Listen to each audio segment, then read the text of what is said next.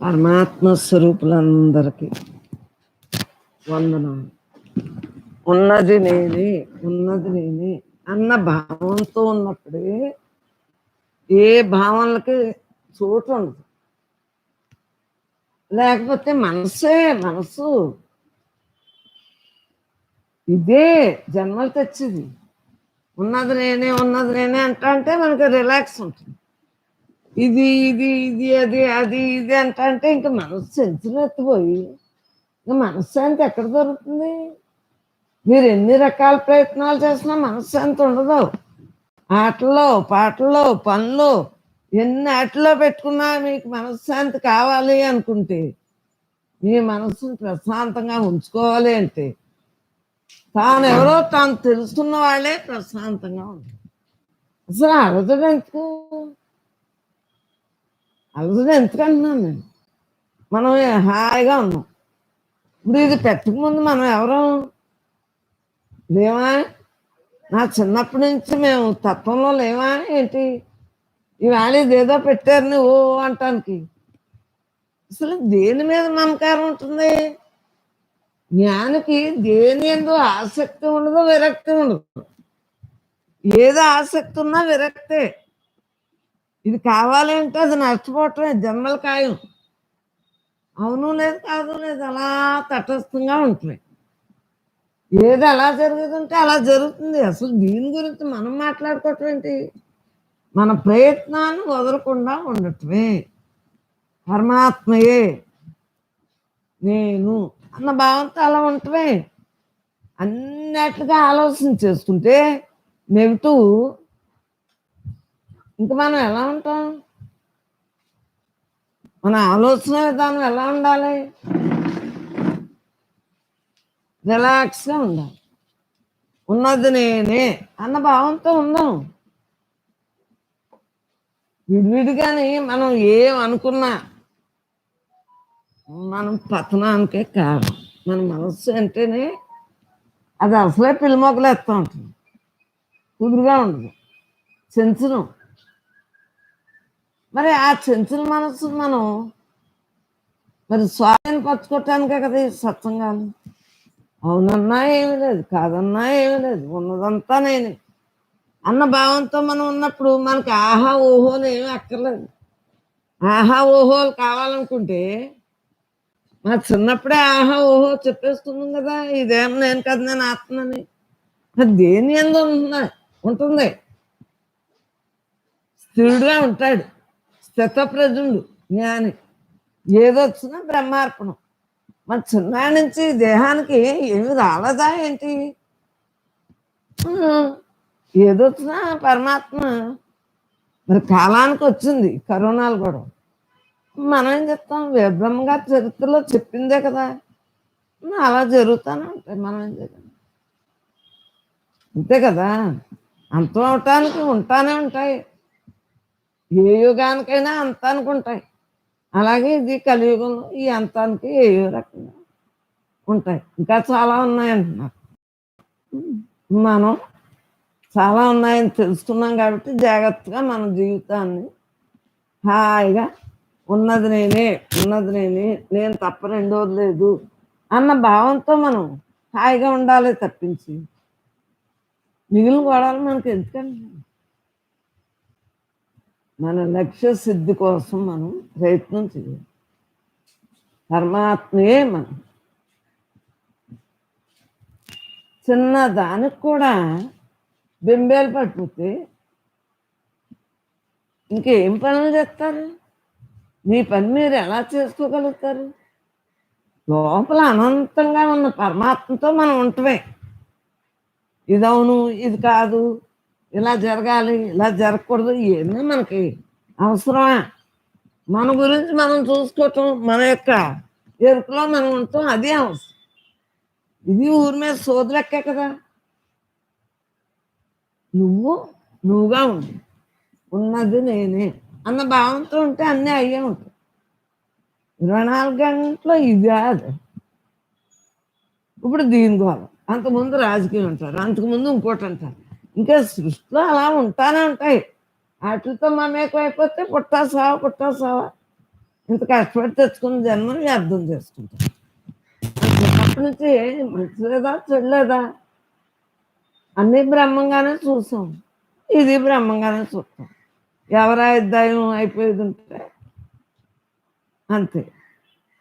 అంతేకాని మీ అధ్యాయం నా అధ్యాయం ఏమీ లేదు. అందరిది ఎవరికి ఏ టైంలో జరిగేది ఉంటే అదే మనం ధైర్యంగా నిబ్రంగా ఉండాలి. గంతులు ఎత్తే ఏమవుతుంది? అలాగే వచ్చి హాస్పిటల్కి వెళ్తాం, కానీ ఏమవుతుందో ఏది లేదు ఏది ఉందో మన ఒంటి మీద జరుగుతుంది అని అలా దర్జాగా ఉంటుంది. పరమాత్మయే అన్న భావంతో అలా ఉండదు. ఉన్నది నేనే, నేను తప్ప రెండు అన్న ధైర్యంతో మనం ఉండాలి. ప్రతి ఒక్కళ్ళం కూడా అలా ఉండవచ్చు. ఉన్నది నేను తప్ప రెండోది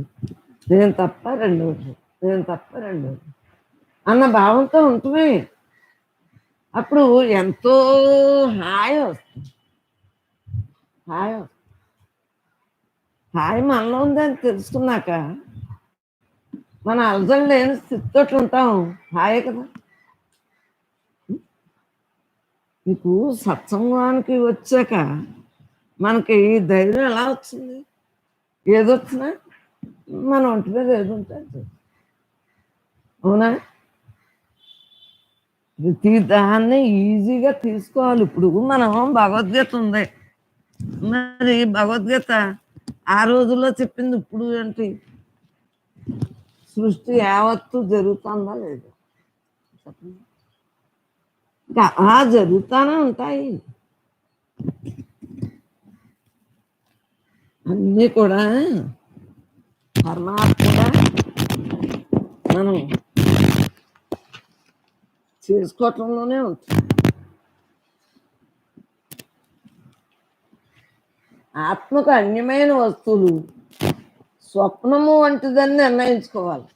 ఆత్మకి అన్యమైన వస్తువు స్వప్నము వంటిదని నిర్ణయించుకోవాలి. మిగిలిన అన్నట్లు కూడా మనకెందుకు?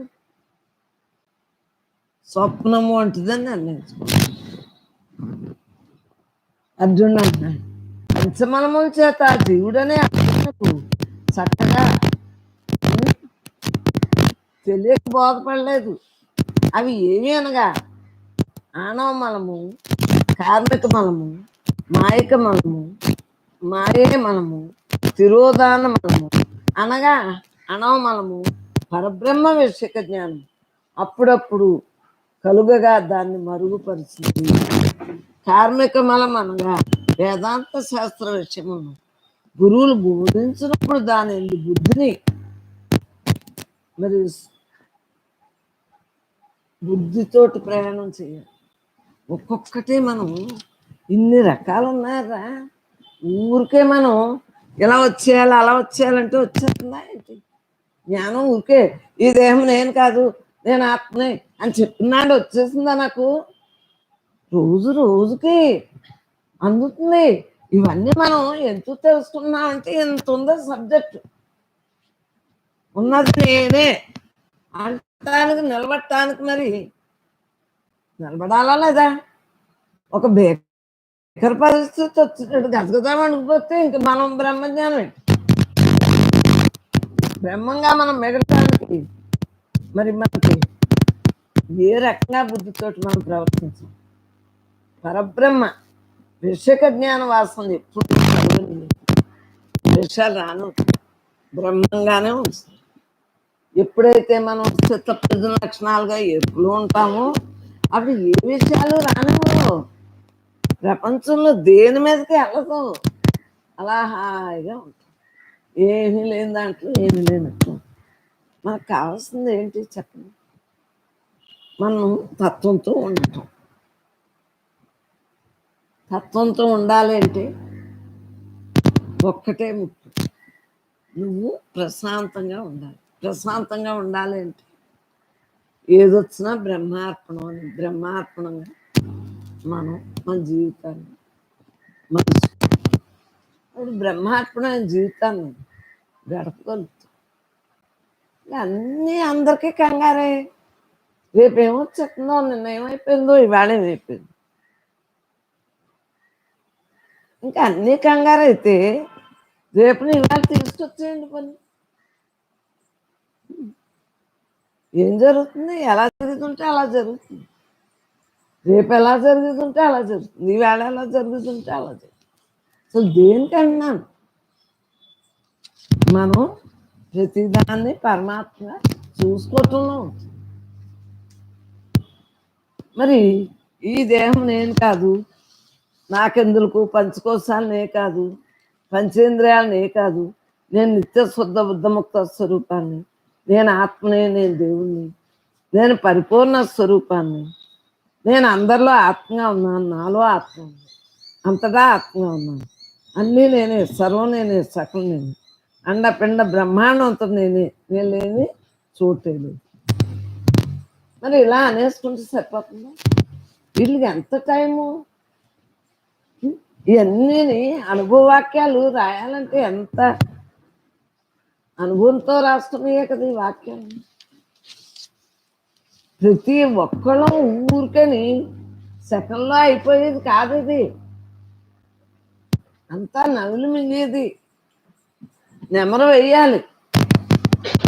పరమాత్మే నేను అన్న భావంతో ఉండాలి. ఉన్నది నేనే అన్న భావంతో ఉండాలి. కృష్ణ పరమాత్మ ఏమంటున్నాడు? బ్రహ్మజ్ఞానమునకు పాత్రుడకు వాడు విహితముకు రూపాసం చేత. అంటే ఈయనాయి అయ్యనాయి ఈయనాయి అయ్యనాయి అంటా ఉంటాం. ఈయనాయి అయ్యనాయి అంటే ఉన్నది నేనే అన్న భావంతో ఉన్నప్పుడు ఎంజాయ్గా ఉంటుంది. నేనే అంటే ఎంజాయ్గా ఉంటుంది. నేను తప్ప రెండోది లేదు అన్న భావంతో ఉన్నప్పుడు ఎంత తేలిగ్గా ఉంటుంది. ఒక విషయంలో మమే కాకుండా పరమాత్మేందే ధ్యాస పెట్టి స్థితంగా మనం మిగలాలి. ఆఖరి అది నేను ఉన్నది నేనే, ఉన్నది నేనే, ఉన్నది నేనే అన్న భావంతో ఉంటాను. ఇప్పుడు అర్జునుడికి ఏమీ తెలీదా ఏంటి? ఆ టైంలో అలాగా మోహం వచ్చింది కాబట్టి భగవద్గీత ఉదయించింది. మన కోసమే కదా ఇవన్నీ. అవునా కాదా? ఇవన్నీ కూడా మన కోసమే కాదు. ఏమీ లేవా? మరి రేపు ఉగాది, ఇవన్నీ ఎవరి కోసం? మన కోసం కదా. అలా ప్రతి యుగము మొదలని యుగాది అలా ఉగాదిలోకి వచ్చింది మన రాష్ట్రం. యుగం ఆరంభం అయిన రోజు రేపు. మన మనసును ప్రశాంతంగా ఉంచుకుంటే మనకు జన్మ లేకుండా ఉంటుంది. 24 గంటలు అది కావాలి ఇది కావాలి గంతులెత్తే ఏమీ రావు. ఉన్నది నేనే, నేను తప్ప రెండోది లేదు అన్న భావంతో ఉండాలి. మమేకం అవ్వకుండా పరమాత్మే నేను అన్న భావంతో ఉండాలి. కానీ అన్నీ నాకే కావాలంటే ఎక్కడి నుంచి వస్తుంది? ఏ వయసులోనైనా నాకే కావాలని కోరుకుంటుంది. అనుభవంలోకి వచ్చాక ఆ కోరుకుని ఎలా జాగ్రత్త చేసుకోవాలి? అది నేను మనకి అనుభవంలోకి వచ్చింది కదా, కోరుకుని ఎలా జాగ్రత్త చేసుకోవాలి?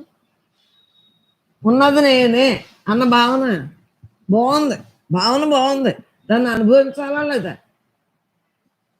అది ప్రతి ఒక్కళ్ళం కూడా అయి ఉన్నామని తెలుసున్నా దాన్ని అనుభవంలోకి తీసు అలా శాంతంగా నెమ్మదిగా అందుతుందే. కానీ నవ్వులు మింగేది కాదమ్మా. ప్రతి జరుగుతుంది, జరగదాంది జరగదు. జరగవలసింది జరుగుతుంది. ఎవరి గురించి మనకైతే దేని ఎందుకు మనం భావన పెట్టుకుంటాం? రేపు పండుగ, ఇవాళ ఎన్ని పనులు ఉంటాయి మనకి ఆడవాళ్ళకి? మగోళ్ళకి తెచ్చి ఉంటాయి బయట నుంచి, ఆడవాళ్ళకేమో ఇంట్లో చేసుకుంటాం. రోజు ఒక్కలా ఉంటుందా? మరి పండుగ నాడు మనసు అలాగే ఉండాలి, మామూలు రోజునే అలాగే ఉండాలి, జ్ఞానికి ఒకేలా ఉండాలి. సర్వసంగ పరిత్యాగం అంటే హృదయంలో ఏ భావన లేకుండా సర్వం కూడా పరమాత్మగా భావించిన వాడిని సర్వసంగ పరిత్యాగి అంటారు. సర్వసంగ పరిత్యాగం అంటే ఏంటి ఆలోచించుకోండి. సర్వం కూడా తానేగా భావించిన వాడి జ్ఞానం అవుతాడు. కానీ పరుగులు వరకులు అవన్నీ ఉంటే జ్ఞానం ఎలా అవుతాడు? నేనే ఎంత అన్న భావంతో ఉంటుంది. విశ్రాంతిగా ఉండాలి మన హృదయం, విశాలత్వం. మరి విశ్రాంతి ఎప్పుడు వస్తుంది? నీ భావంలో విశ్రాంతిని కోరుకో. విశ్రాంతి నీ భావంలో అన్నీ కావాలని కోరుకో, అప్పుడు దాని వైపే మరలుకో. నువ్వు సత్సంగం కావాలనుకున్నావు, ఈ గంటన్నర సత్సంగంలో కూర్చున్నావా? కూర్చోట్లేదా? మన యొక్క ఏ భావన బట్టి ఆ భావన జరుగుతుంది. భావనలోనే భాగ్యం. మనం ఎలా కావాలనుకుంటే అదే జరుగుతుంది. అలా హాయిగా నిరంతరం అలా హాయిగా మనం ఉందాం. జరగనే ఏమవుతుంది? ఏ యుగంలో అయినా ప్రళయం తప్పిందా? ఏ యుగంలో అయినా మరి అంతం అవదా? అమ్మా మనం పుట్టాం, మన దేహమే నశిస్తుంది కదా. అలాగే కాలం పుట్టింది, కాలానికి ప్రళయం రాదా? ఆలోచించుకోండి. అలా ఎప్పుడూ ఉన్నాయి. ఇప్పుడు మనకు వేద బ్రహ్మగా చెప్పారు, ఈ యుగంలో జరుగుతుంది. మరి దేవుడే కదా జరుగుతుంది. సో మనకి ఎందుకంటున్నాను? ఇది అవును ఇది కాదు, ఇది అవును ఇది కాదు. సంశయాత్మకమైన బుద్ధితో ఉండకండి. బుద్ధి అంటే నిశ్చయాత్మకమైన బుద్ధి. అది బుద్ధి మానవుడికే ఉంది. చక్కటి అవకాశం మనం నిలబెట్టుకోవాలి, తరింపజేసుకోవాలి. అన్నీ కూడా కించిత్ బుద్ధులే. కించిత్తో ఉంటే ఏముంటుందరా చెప్పండి. మరి మనం ఉమ్మడి కుటుంబాల్లో ఎంచుకు ఉండగలిగాము. మరి అందువల్ల మనకు సహనం వచ్చింది. చెప్పండి, నలుగురితో ఉంటేనే కదా సహనం వచ్చింది. ఇవాళ నలుగురితో ఉండబట్టే కదా, ఈ సహనం వల్లనే కదా మనం సత్సంగం జరుపుకుంటున్నాం. మరి మామూలు వాళ్ళు సత్సంగం నిలబెట్టుకోలేరే. మన సత్సంగం ఎందుకు నిలబడ్డంది ఆలోచించుకోండి. ఎవరేం మాట్లాడినా అలాగేనమ్మా నిజానికి ఏంటి? ఎవరు మాట్లాడినా మంచియే కదా, పరమాత్మే కదా. అలా హాయిగా నిశ్చింతగా ఉంది. అందువల్ల మనం గృహస్థాశ్రమంలో ఆశ్రమంలాగా చక్కగా చేసుకోవచ్చు. ప్రతిదాన్ని ఒప్పుకుని గుణం రావాలి, లేకపోతే ఎలా జరుగుతుంది? ఒప్పుకునే గుణం ఎప్పుడు వస్తుంది? పరిసరాలు ప్రభావం ఎన్నున్నా మనకెందుకు అంటే అయ్యే జరగవా? మనకున్న శాంతం ఆడవాళ్ళకి లేకపోవటానికి కారణం ఏంటి? కంప్యూటర్ లాగా అయిపోయింది వాళ్ళు మనసులు. వాళ్ళకి అలా పరుగుల మీద ఉంటారు. వాళ్ళలోనే శాంతం ఉన్నవాళ్ళు ఉంటారు, అలా అని మనవాళ్ళలో కూడా శాంతమైన వాళ్ళు ఉంటారు. ఎవరికి ఏ గుణం ఉంటే ఆ గుణాన్ని పెంచుకుంటూ ఉంటారు. పెంచుకోవటం అంటే ఈ ఆట, జన్మరణ దుఃఖ ప్రవాహంలో ఈ ఆటలో ఏది పెంచుకోవాలో మనం గ్రహించాం, ఏది వదలాలో మనం తెలుసుకుంటాం. ఏది పెంచుకోవాలి? పరమాత్మ యందు స్థిరమైన మనసు అంటే అప్పుడు స్థిరంగా మనసు కదలకుండా ఉంటుంది. ఆ బుద్ధి చెప్పింది బుద్ధి మన మనసు ఏమో అతలాకుతలాలు అయిపోతుంటే ప్రళయం వచ్చినట్టు మన మనసులో ఉంటే రాబోయేదంతా ఇప్పుడే పోతుందో చూసేస్తుంటే ఇంకేముంటుంది. బుద్ధిని రానిస్తామా మనం? మనసు ప్రభావం ఎక్కువగా ఉన్నప్పుడు బుద్ధి చెప్పిన ఏనో మన నెగిటివ్ థాట్లో వచ్చేసినప్పుడు బుద్ధి చెప్పింది అంటావా? మనోజన్మ ఎత్తాం, మనకే బుద్ధి అనేది ఉంది. వింటామేంటి? ప్రశాంతంగా ఉన్నాం, మన మినిస్టర్లం కాదు, మనకేమీ లేదు, మనతో మనం ధ్యానం చేసుకుంటాం. మనకేంటి, మనకి వెనకడుగు ఉంటుందా? 24 గంటలు తనతో తాను ఉంటాం. ఈ దేహం నేను కాదు, నేను బ్రహ్మాన్ని, నాలో మీలో అందరిలో అంతగా వ్యాపించున్న అనంతత్వంతో రిలాక్స్గా ఉన్నది నేనే అన్న భావంతో. సో రెండో మాట ఎందుకు రావాలి? మామూలు వాళ్ళు చెప్పినా కూడా వినకండి, మీ తత్వంతో మీరు ఉండండి, మూతులు కట్టుకుని ఎప్పుడులా ఉండండి. అలాగే జరుగుతుంది కదమ్మా. మనకి పెళ్ళైన కొత్తలో ఏముంటుంది, ఆ తర్వాత మన పిల్లలు ఈ మనలో సంసారం పెరిగితే విషయాలు చింత పెరిగితే అంతే, ఖాళీగా చేసుకోవటంలో ఉంటుంది, ఉంటుంది. ఇది స్టాండర్డ్ చేసుకోండి. కరోనా వస్తే ఉంటుంది, ఇంకోటి వస్తే ఉంటుంది. మన మనసు ఎలా ఉంచుకోవాలో అలా ఉంచుకోవటంలోనే ఉంటుంది. క్షీణింప చేసుకోకుండా లేనిపోని నీరసాలు అనారోగ్యాలు వస్తాయి. మనం ఎలా ఉన్నామో స్వచ్ఛంగా అలాగే ఉండండి. మనకు విషయవాసన లేవు. విషయవాసన లేకుండా మరి కరోనా అయినా ఎవరికైనా ఎవరింట్లో వాళ్ళు జూమ్లో శుభ్రంగా కూర్చుని వినలేదా? అలాగే ఎలా కుదిరితే అలా జరుగుతుంది. రేపటి రోజు కొద్దిసేపు ఉన్నాక జరిగింది, అయిపోయింది, ఇవన్నీ తలంపులో ఉంటే ఇప్పుడు ఉన్నది కాలం వేస్ట్, ఈ వర్తమానం వేస్ట్ అయిపోతుంది. ఈ వర్తమానంలో మనం ఎలా ఉండాలో మనం అలా ఉండాలి, వర్తమానాన్ని మనం ఎలా చూసుకోవాలి. ఏమీ లేదంటే ఏమి లేనట్టు అలాగే అందచ్చు. ఎన్నో వింటాం, ఎన్నో మాట్లాడతాం, అవన్నీ అక్కర్లేని మనకే తెలుసుకోవాలనే తెలుస్తుంది. నేనే అంతాను అలా నిశ్చంతగా. చిన్నప్పటి నుంచి మనకు జ్ఞానం వచ్చేస్తుందా చెప్పండి? నీకేమో ఇక్కడికి వచ్చాక అంటున్నారు, నాకంటే నాదా అంతే కదా, అలా పంపే వారి యొక్క అనుగ్రహంతో జరుగుతుంది. ఒకరోజు ఒకలా ఉంటుంది, ఒకరోజు ఒకలా ఉంటుంది. అసలు దీని గురించి మాట్లాడుకునే పని అన్నీ మనమే అయినప్పుడు విషయవాసనకు తావు ఇవ్వకుండా ఉంటే ఆటోమేటిక్గా అన్నీ అయ్యేది. ముందు చింత లేకుండా నిశ్చింతతో ఉంటాం.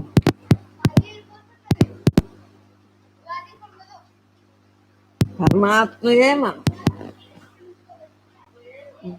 అన్న భావంతో మనం ఉండాలి. అవునా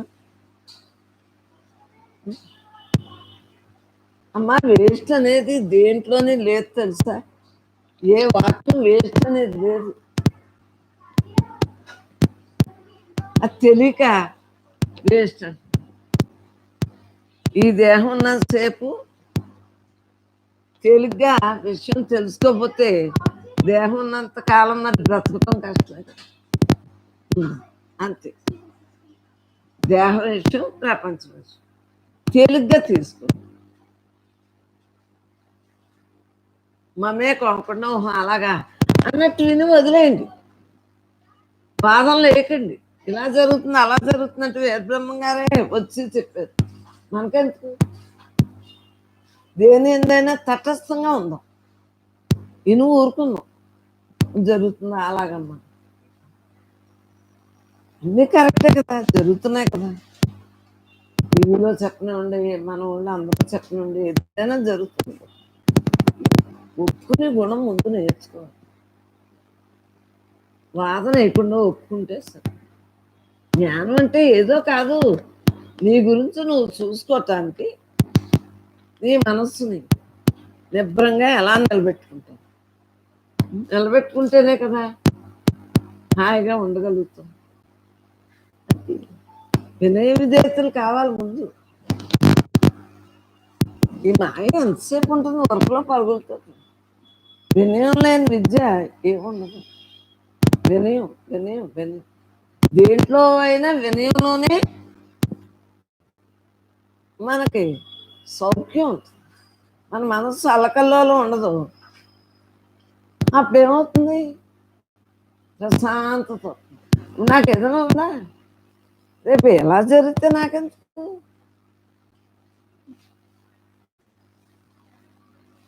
ఒకళ్ళు రమ్మని ఒకళ్ళు మానేమని ఏమి లేదు. ఒక కాగితం పెట్టేస్తాం, ఎవరికి వీళ్ళు వాళ్ళు వస్తారు, ఎవరు మాని వాళ్ళు.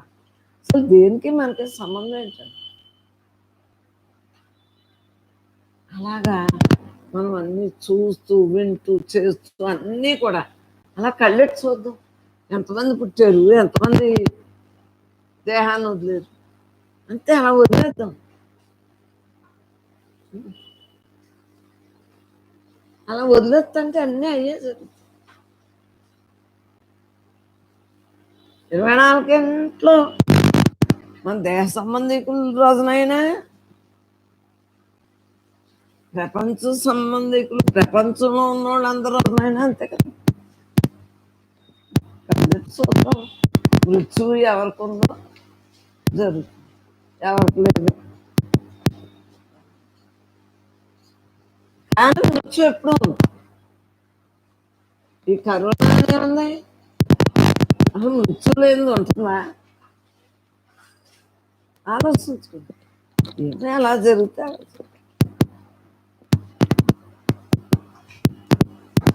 పరమాత్మే ఏది జరిగినా అలా కళ్ళెచ్చు.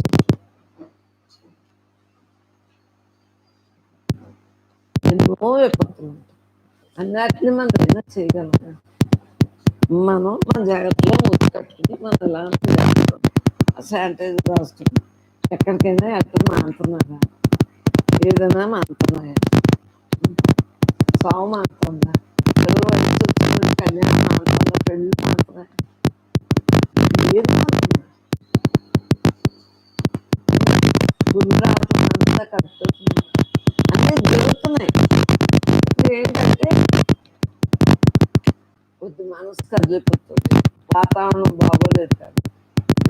కానీ ఏది మానదే, ఎంత మానేస్తాం, ఎంత మానేస్తాం, మాట్లాడటం సెల్ ఫోన్ ప్రమాదం అన్నా మనం ఈ సెల్ ఫోన్ కొనుక్కోలేదా ఈ లైవ్ కోసం. అన్ని ప్రమాదం తెలుసున్నా ఎందుకు మానేస్తున్నాం, ఎందుకు మానట్లేదు. మానే దుట్టే మారుతున్నాం, మానవం దుట్టే మారుతున్నాం. మనం పిల్లల్ని తిట్టి సెల్ ఫోన్ కొనుక్కోలేదా, పెద్ద పెద్ద సెల్ ఫోన్. అదే మరి తిట్టింది మనకు మనం ఇప్పటికైనా సరే తస్మాత్ జాగ్రత్త జాగ్రత్త అంటూ మన జీవితాన్ని మనం సాఫల్యం చేస్తాం. బ్రహ్మాత్మం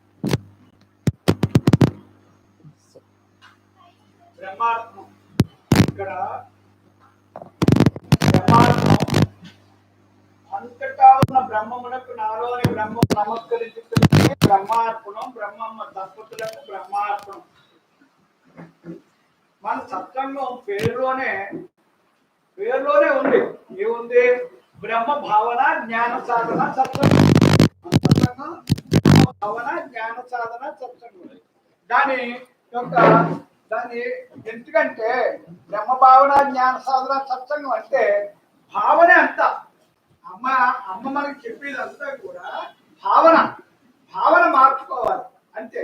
మనం దేహ భావన వీడన బ్రహ్మ భావంలో ఉండాలి. అంతే.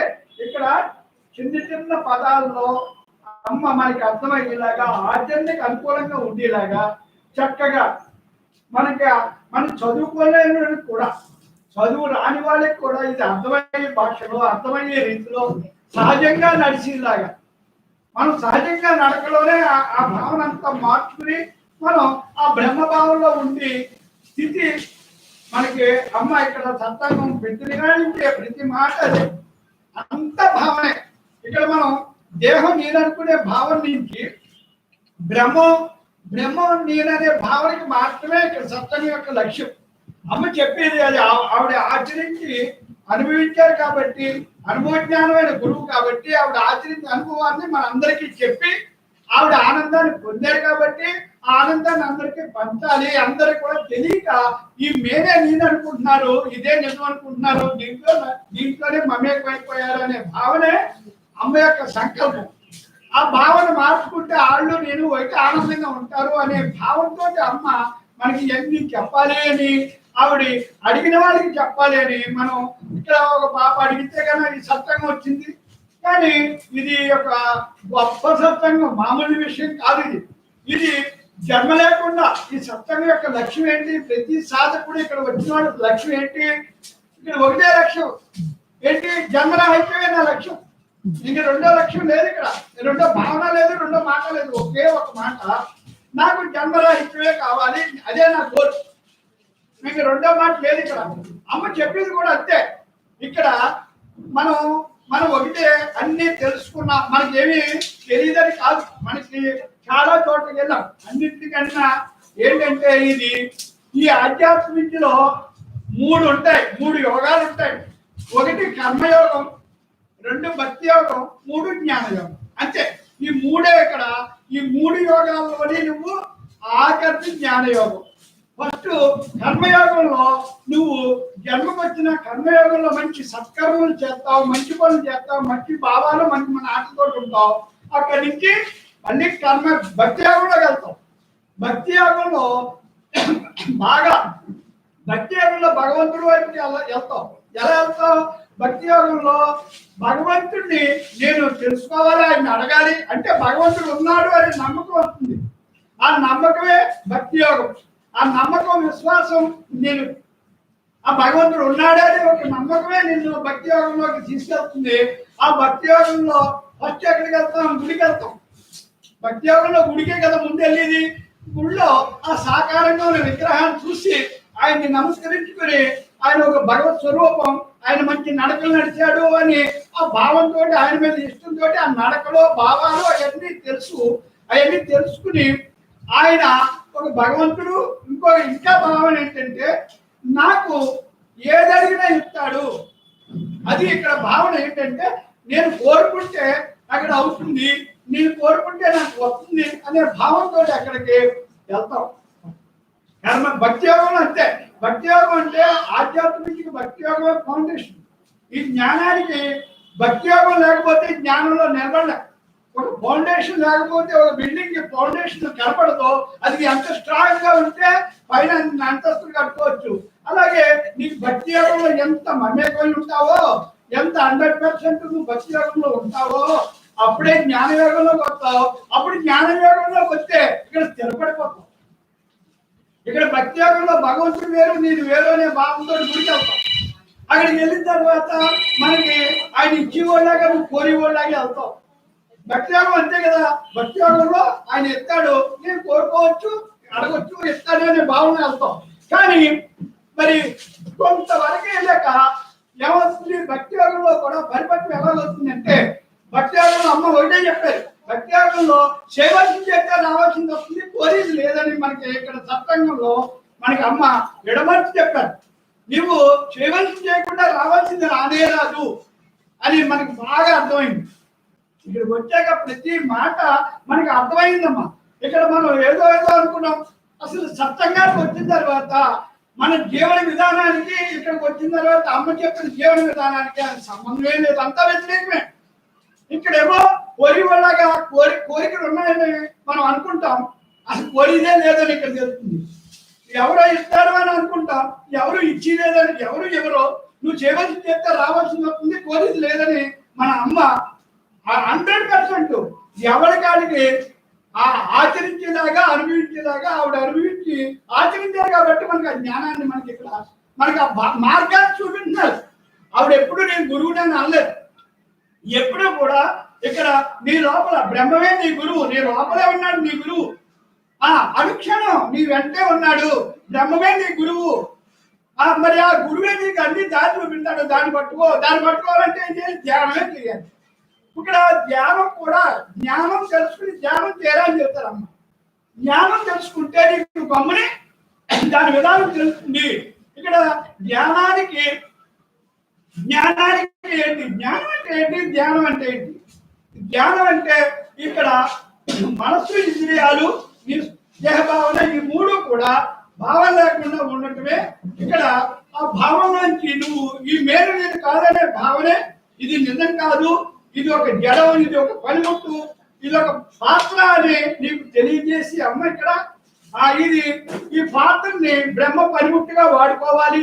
ఈ మేలు నేను కాదు అని ఇక్కడ ఈ దేహభావన వేడరా, బ్రహ్మభావంలో ఉండరా అని చక్కగా ఈ రెండు పదాలే అమ్మ మనకి చెప్పింది. మూడోది అసలు లేనే లేదు ఇక్కడ. ఈ అన్ని పుస్తకాల్లోనే ఉన్నది అదే. అమ్మ మరి అన్ని పుస్తకాల్లోనే అమ్మ మస్తకంలో చెప్తున్నాయే మన పుస్తకాలన్నీ. ఇక్కడ ఏ పుస్తకం చదివి కానీ ఏ పుస్తకం అనుసరించి కానీ అమ్మ చెప్పరు. అమ్మ చెప్పిన ప్రతిదీ కూడా ఆవిడ ధ్యానంలో ఉంటాం, ఆ ధ్యానంలోంచి బయటకు చెప్పడం, ఆ బయటకు వచ్చినప్పుడు ఆ మాటలు చెప్పడం, ఆ మాటలన్నీ మన పిల్లలు రాయటం, మన పిల్లలు రాసి అది మళ్ళీ మనం చదువుకోవటం, మళ్ళీ మననం చేయటం. ఇక్కడ ఇప్పుడు నేను కూడా నాకేమీ రాదు. ఫస్ట్ పాయింట్ ఏంటంటే నాకేమీ రాదు. నేను బిగినింగ్ చేసుకుంటూ ఉండేవాడిని. నాకు ఏమీ రాకపోయినా నాకు ఏమైందంటే, నాకు డబ్బు లేనప్పుడు డబ్బు ఉంటే అన్ని ఉంటాయనుకునే భావంతో నేను ఆ డబ్బు గురించే 24 గంటలు అంటే 18 గంటలు కష్టపడి ఉన్నప్పుడు ఎప్పుడైతే ఆ 18 గంటలు కష్టపడితే నాకేమైంది? ఆ డబ్బు అంటే బాహ్య సంపద నాకు నెమ్మదిగా నేను చేయవలసింది చేస్తే రావాల్సింది వచ్చింది. అప్పుడు అనిపించింది ఇక్కడ బాహ్య సంపదల వల్ల నాకు అప్పుడు అనుభవం ఏమైందంటే, నాకు ఆ బాహ్య సంపదలో ఆనందం వస్తుంది అనుకున్నది నాకు అందులో పూర్తిగా కనపడలేదు. కానీ మనం గృహస్థగా ఉన్నాం కాబట్టి బాహ్య సంపదలు ఉండాలి, అది లేకుండా మనకి క్షణం నడదు. కానీ అదే నీ గోల్ కాదు, అందులోనే నీకు శాశ్వతమైన ఆనందం లేదు. కానీ అది ఉండాలి. గృహస్థిగా ఉన్నాం, సన్యాసి కాబట్టి అవసరం లేదు. ఆయన మీద ఆయనకి నమ్మకం, ఆయన జ్ఞానం కాబట్టి ఆయన ఆధ్యాత్మిక సంపద 100% సంపాదించాడు. రెండో పని అమ్మడానికి బాధ్యత ఉండదు, ఎవరి మీద ఆయన మీద ఆధారపడరు. మన గృహస్థాశ్రమంలో మన మీద ఆధారపడి ఉంటారు కాబట్టి మనకే కావాలి.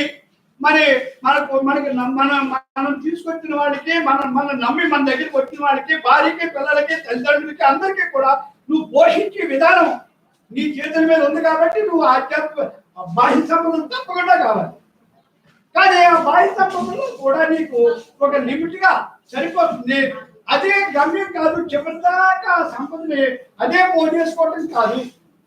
కానీ అమ్మ కూడా ఏం చెప్పారు? సంసారం అనే ముసుగులో ఉంటూ నువ్వు సన్యాసిగా ఉండాలి. సంసారం ఉండాలి, అన్నీ ఉండాలి. అమ్మ ఇక్కడికి వచ్చాక ఏది వదలమని అందరూ పట్టుకోమని అన్నారు. అదే అక్కడ అన్ని సమస్థితిలో చక్కగా అన్ని చేసుకో. ఇక్కడ ఈ సత్సంగం యొక్క ఆచరణ అంతా కూడా భావనే, ఆచరణ అంతా భావనే. బ్రహ్మ భావన ఉండడానికి, దేహ భావన వేయటానికి ఇక్కడ లక్షణాలు ఏంటి, గుణాలు ఏంటి, నడకలు ఏంటి, భావాలు ఏంటి అన్ని కూడా అమ్మ విడమర్చి చక్కగా ఆవిడ చెప్తారు.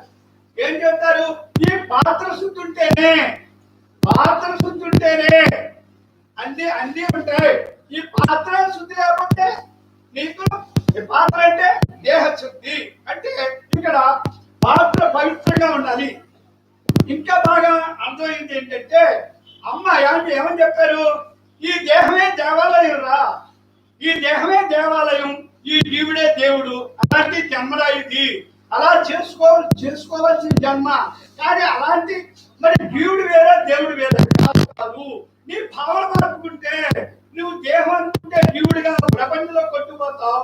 నీ దేహ భావన మార్పుకుని ఈ దేహం నేను కాదు, నేను బ్రహ్మాన్ని, ఈ దేహం ఒక పనిముట్టాన్ని ఇక్కడ సత్సంగానికి వచ్చాకనే అందరికీ తెలుసు. అమ్మ అందరికి 100% అర్థమయ్యేలాగా, ఆచరణకి అనుకూలంగా నువ్వు అది తెలుసుకుని ఆచరించి అనుభవించేలాగా అవి మన కళ్ళెదురకుండా ఆవిడ నడిచి చూపిస్తారు, ఆచరించి చూపిస్తారు. ఆవిడ ఏం చెప్తారో అదే చేస్తారు. మరి అందుకే మనకి ఇక్కడ చక్కగా మనకి సంశయాలు లేవు. సంశయం లేకుండానే మనం బ్రహ్మంగా ప్రతి క్షణం ఉండటానికి అమ్మ ఆవిడ ఉంటూ మనం ఉంచుతున్నారు. ఎందుకంటే నడక నేర్పుతున్నారు, భావాలు నేర్పుతున్నారు, గుణాలన్నీ కూడా మనం మార్చుకున్నానికి కారణం ఇక్కడ మన మీద నమ్మకం, మన మీద మనకి విశ్వాసం, నమ్మకం, దృఢ సంకల్పం మనకి ఉంది. అది ఉంటేనే నువ్వు అవుతావు. ఇక్కడ అది లేకపోతే నువ్వు దేనికి కృషి చేయు. అదేంటా అమ్మ ఎప్పుడు మనకి దేనప్పుడు నేర్పారు. ఇక్కడికి వచ్చినప్పుడు పాత్ర అంటే ఏంటి, ఈ పాత్ర లక్ష్యం ఏంటి, ఈ పాత్రని, ఈ దేహం అనే పాత్రని ఎలా వాడుకోవాలి, పాత్ర శుద్ధి ఉంటేనే పదార్థ శుద్ధి ఉంటేనే యథార్థం తెలుస్తుంది. నీకు యథార్థం అంటే నువ్వెవరో నీకు తెలియాలంటే ఈ దేహభావన వీడి బ్రహ్మంగా ఉండాలి, ఈ పాత్ర శుద్ధి ఉండాలి. మరి ఈ దేహం దేవాలయంలో అవ్వాలి కాదు, చేసుకోవాలి. అవ్వాలంటే ఏది అవ్వదు, అన్ని నువ్వు చేసుకోవాల్సింది. ఇక్కడ అమ్మ అన్ని కూడా తెలియజేస్తారు. ఆచరించి అది విని మననం చేసుకుని అది నిరుద్యోగంలో పెట్టి ఇంటికి వెళ్ళి ఆచరణలో పెడితే ఆచరించినప్పుడే నీకు అనుభవించిన తర్వాత ఇంకా అడిగేది లేదు.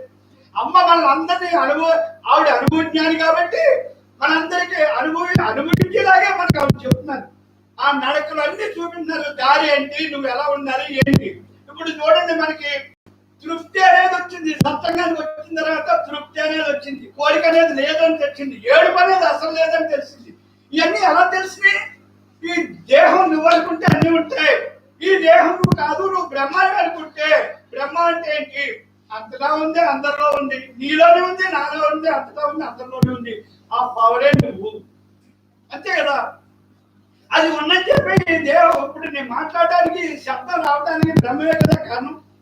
నీ చుట్టూ ఉంది, నీలో ఉంది, నీ చుట్టూ ఉంది, అంతగా ఉంది, అంత అణువు అదే ఉంది. దాంతోటే మనం చూడండి, అది ఉన్నది చెప్పి మనం లోపల ఉన్నది చెప్పి మాట్లాడుతుంది. ఇదంతా కూడా చూడండి, బ్రహ్మం మనకి లోపల చూడండి, మన శరీర లోపల అవయవాలన్నీ కూడా జీవక్రియలన్నీ ఎంత సాధ్యంగా జరుగుతున్నాయి చెప్పండి. మనం ఏదైనా మనం ప్రయత్నం చేస్తున్నామా? ఎందుకు చేయట్లేదు? చేయవలసిన పని ఆయన చూసుకుంటాడు. అది నీకు అంతరంగం కాబట్టి ఆయన చూసుకుంటాడు. బాహ్య వ్యవహారాలు నేను చూసుకుంటానని నువ్వు చూసుకున్నావు. ఈ బాహ్య వ్యవహారాలు కూడా నేను నాదని దేహభావన వీడి అది కూడా బ్రహ్మంగా ఉంటే, నువ్వు బ్రహ్మంగా ఉండగలిగితే ఇక్కడికి వచ్చాక బ్రహ్మంగానే ఉంటాం. మనందరూ భక్తులు అందరూ కూడా బ్రహ్మంగానే ఉంటున్నారు. ఇప్పుడు ఉంటారు, ఆఖరి శ్వాస వరకు ఉంటారు. అమ్మాదే చెప్తారు. ఇక్కడ ఎప్పుడైతే ఆ బ్రహ్మంగా అంత సహజంగా ఉంటే బాహ్య వ్యవహారాలు కూడా అలాగే జరుగుతాయి. ఇక్కడ చూడండి, ఇవాళ పరిస్థితి చూడండి. ఒక చిన్న మాట, ఇవాళ ఈ కరోనా అనే వైరస్ ఎంత విస్తరించిందో, ఎంత భయభ్రాంతం చేసిందో, ఎక్కడ అణువణువు కూడా వ్యాపించేసింది, విశ్వంతా వ్యాపించింది కూడా. ఇప్పుడు అమెరికా లాంటి ఎంతో సంపదలకి పుట్టిల్లు అమెరికా, మరి వైద్యానికి పుట్టిల్లు, నైపుణ్యం అంతా కూడా అన్ని కూడా డెవలప్మెంట్ అన్ని కూడా అక్కడ అన్ని ఉన్నాయి. కానీ చూడండి, వైద్యుల్లో అక్కడే నెంబర్ 1, డబ్బుకి అక్కడే నెంబర్ 1, అన్నింటిలోని, అన్ని విజ్ఞానంలోని, మొత్తం అన్నింటిలోనే అక్కడ నెంబర్ 1. కానీ ఇక్కడ చూడండి, ఈ బ్రహ్మం విశ్వంతా వైరస్ వచ్చేటప్పటికి వాళ్ళు డబ్బు కానీ, జనం కానీ, వాళ్ళు డాక్టర్లు కానీ ఎవరైనా వాళ్ళని కాపాడగలిగారా అంటే, దీన్ని బట్టి ఏమవుతుందంటే, ఏం తెలుస్తుందంటే మనకి, నీ ఆఖరి శ్వాస ఎప్పటి వరకు ఉందో అప్పటి వరకు ఎక్కడున్నా ఎలా అయినా సముద్రంలో పడేసిన నువ్వు ఉంటావు. అది ఎవరో ఒకటి కాపాడతాడు. నీ ఆఖరి శ్వాస వరకు నువ్వు ఈ ప్రపంచంలో నువ్వు ఎంతవరకు ఉండాలో అంతవరకు నువ్వు తప్పకుండా ఉంటావు. అంతకంటే ఒక శ్వాస కూడా నువ్వు ఇక్కడ తీసుకోవడానికి అర్హత మనకు లేదు. ఎందుకు లేదు? అది అంతే, అది బ్రహ్మరాత. నువ్వు ఎంతవరకు ఉండాలో ఆఖరి శ్వాస ఎప్పుడో అప్పుడు దాకా తప్పకుండా ఉంటావు. నీకు అలా కాకుండా ఒక శ్వాసని స్వాధీనంలో చేసుకోవాలని కొనాలన్నా కోట్లు, వేలాది కోట్లు నీ దగ్గర ఉన్నా ఒక స్వాతంత్రం కూడా నువ్వు కొనలేవు. అది నువ్వు ఎక్స్ట్రా తీసుకోలేవు. 100 మంది డాక్టర్లు, అమెరికాలో #1 డాక్టర్లు అందరూ ఉండి కూడా నీకు ఒక శ్వాస కూడా అందివ్వలేదు. ఈ సత్యాన్ని తెలుసుకుంటే మనం, కానీ అలాగే డాక్టర్ని నిర్లక్ష్యం కాదు, డబ్బు నిర్లక్ష్యం కాదు, కానీ అదే నిన్ను మనం కాపాడుతుంది అనుకోవటం అది అజ్ఞానం అని చెప్తున్నాడు అమ్మ. అంతేగాని అన్నీ ఉండాలి, ఏది వదలొద్దు, అప్రమత్తంగా ఉండండి. ఇప్పుడు ఈ దేహానికి ఏదైనా తేడా వస్తే వైద్యం చేయించుకోవాలి, మరి ఈ దేహం దేవాలయంలో ఉంచుకోవాలి కదా. అంచేత దీనికి ఏది నిర్లక్ష్యం వద్దు, అంత అప్రమత్తంగా ఉండాలి. ఎందుకంటే అందరూ కూడా ఇప్పుడు మనం లోకంలో ఆ ప్రపంచంలో ఉన్నాం, ప్రపంచంలో అందరిలాగా మనం ఉండాలి. ఇక్కడ ప్రత్యేకంగా నేను నమ్మనే భావన మనకి లోపల అంతరంగంలో ఉండాలి, బాహ్య వ్యవహారం కాదు. ఇక్కడ కాకుండాగా ఉండాలి, లోపల కోకిలా ఉండాలి. అమ్మ ఏమంటారు, సంసారం అనే ముసుగులో నువ్వు సన్యాసిగా ఉండు. ఈ సంసారం అనే ముసుగు మనం గృహస్థిగా వచ్చాం, అందరితోటి అందరిలాగా మనం ఉండాలి, అందరూ చేసిందే మనం చేయాలి. కానీ లోపల సన్యాసిగా ఉండాలి. అది మనకి అమ్మ నేర్పేది, సత్సంగంలో మనం నేర్చుకునేది అది. లోపల సన్యాసి అంటే ఏంటి?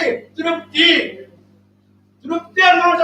తృప్తిగా ఉంటాడు, కోరేది ఉండదు, అడిగేది ఉండదు, చెప్పేది ఉండదు, ప్రత్యేకత ఏమి ఉండవు, అన్ని కూడా సమస్థితిలో ఉన్నదాంతో ఉన్నట్టు, లేనట్టు లేనట్టు, ఉండి లేనట్టు హాయిగా ఉండగలిగే శక్తి యుక్తి మన ఈ సత్సంగంలో మనకు తెలియబడుతుంది. అవునంటారా కాదంటారా? మనందరం కూడా ఇప్పుడు డబ్బుంటే కోటేశ్వరుడు కాదు, కోట్లున్నాడు కోటేశ్వరుడు కాదు, తృప్తి ఆడుకుందా ఆడే కోటేశ్వరుడు. మనశ్శాంతి దేహశాంతి కావాలి. ఈ రోజు మనశ్శాంతి దేహశాంతి ఎందులో ఉంది? మనశ్శాంతిని ఎవరు పోగొట్టుకున్నారు? ఇక్కడ మనశ్శాంతి దేహశాంతికి మందు ఆధ్యాత్మికే. ఆధ్యాత్మిక సత్సంగమే మనశ్శాంతిని ఇస్తుంది, దేహశాంతి. మనశ్శాంతి ఎప్పుడుందో దేహశాంతి ఆటోమేటిక్ వస్తున్నాం ఖచ్చితంగా. ఇక్కడ రెండింటికి ఒకటే మందు, ఆధ్యాత్మిక. కానీ ఇక్కడ మనశ్శాంతికి మందు ఎవ్వరికి ఇవ్వలేదు. ఎందుకు ఇవ్వలేరు? మనశ్శాంతి నీ మనసు ఎందుకు అసలు ఏం ఆలోచిస్తున్నావో, ఏది నీ మనసులో అతలాకుతలం చేస్తుందో నీకే తెలుసు. డాక్టర్ ఎలా జరుగుతుంది, లోపల నీ భావన ఎలా జరుగుతుంది? అదేంటంటే భావనకి రోగం, భావనకి మందు ఎవరు ఇవ్వలేరు. నీ ఆలోచన విధానం ఎవరు మందిస్తారు? ఎవరు ఇవ్వలేరు. అంటే అది ఆధ్యాత్మికలో నీకు భావన మార్చుకునే విధానం, ఏది ఆలోచించాలి, ఆలోచిస్తే ఏమవుతుంది, ఆలోచన వల్ల ఏం జరుగుతుంది, ఆలోచన వల్ల ఏం జరుగుతుందో తెలుస్తుంది. ఇక్కడ నువ్వు ఇక్కడ వర్తమానంలో ఆనందంగా బతికే విధానం ఇక్కడ సత్సంగంలో తెలియబడుతుంది. ఇక్కడ ఒకటి ఆరాటానికి పోరాటానికి కారణం మనసు యొక్క భవిష్యత్తు కాలాలు ఇక్కడ జరగబోయేదాన్ని ఊహించుకుంటుంది, అయిపోయిన దాన్ని తలుసుకుంటుంది.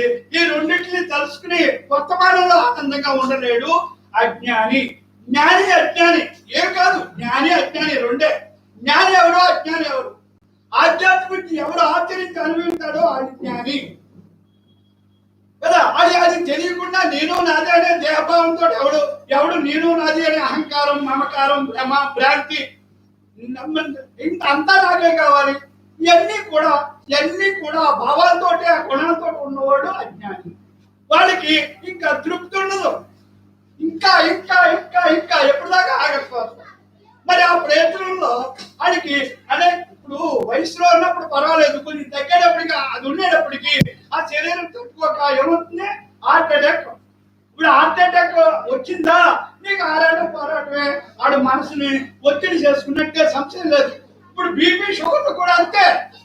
బీపీ వచ్చిన షుగర్ వచ్చిన ఏంటనుకుంటున్నారు మీరు? మనసుతో అల్లకల్లోలం చేసేసుకుని ఇక్కడ లోపల జరిగే జీవక్రియని, సహజంగా జరిగే దాన్ని మనసుతోటి ఒత్తిడి చేసుకుని, అదేనంటే స్పీడ్ పెంచేసి దానికి అది నరాలు బద్దలు కొట్టేసి అంతే అంతే. ఇదంతా కూడా కొంచెం తెలుసుకుంటే మనం ఆరాటం పోరాటం అనవసరం.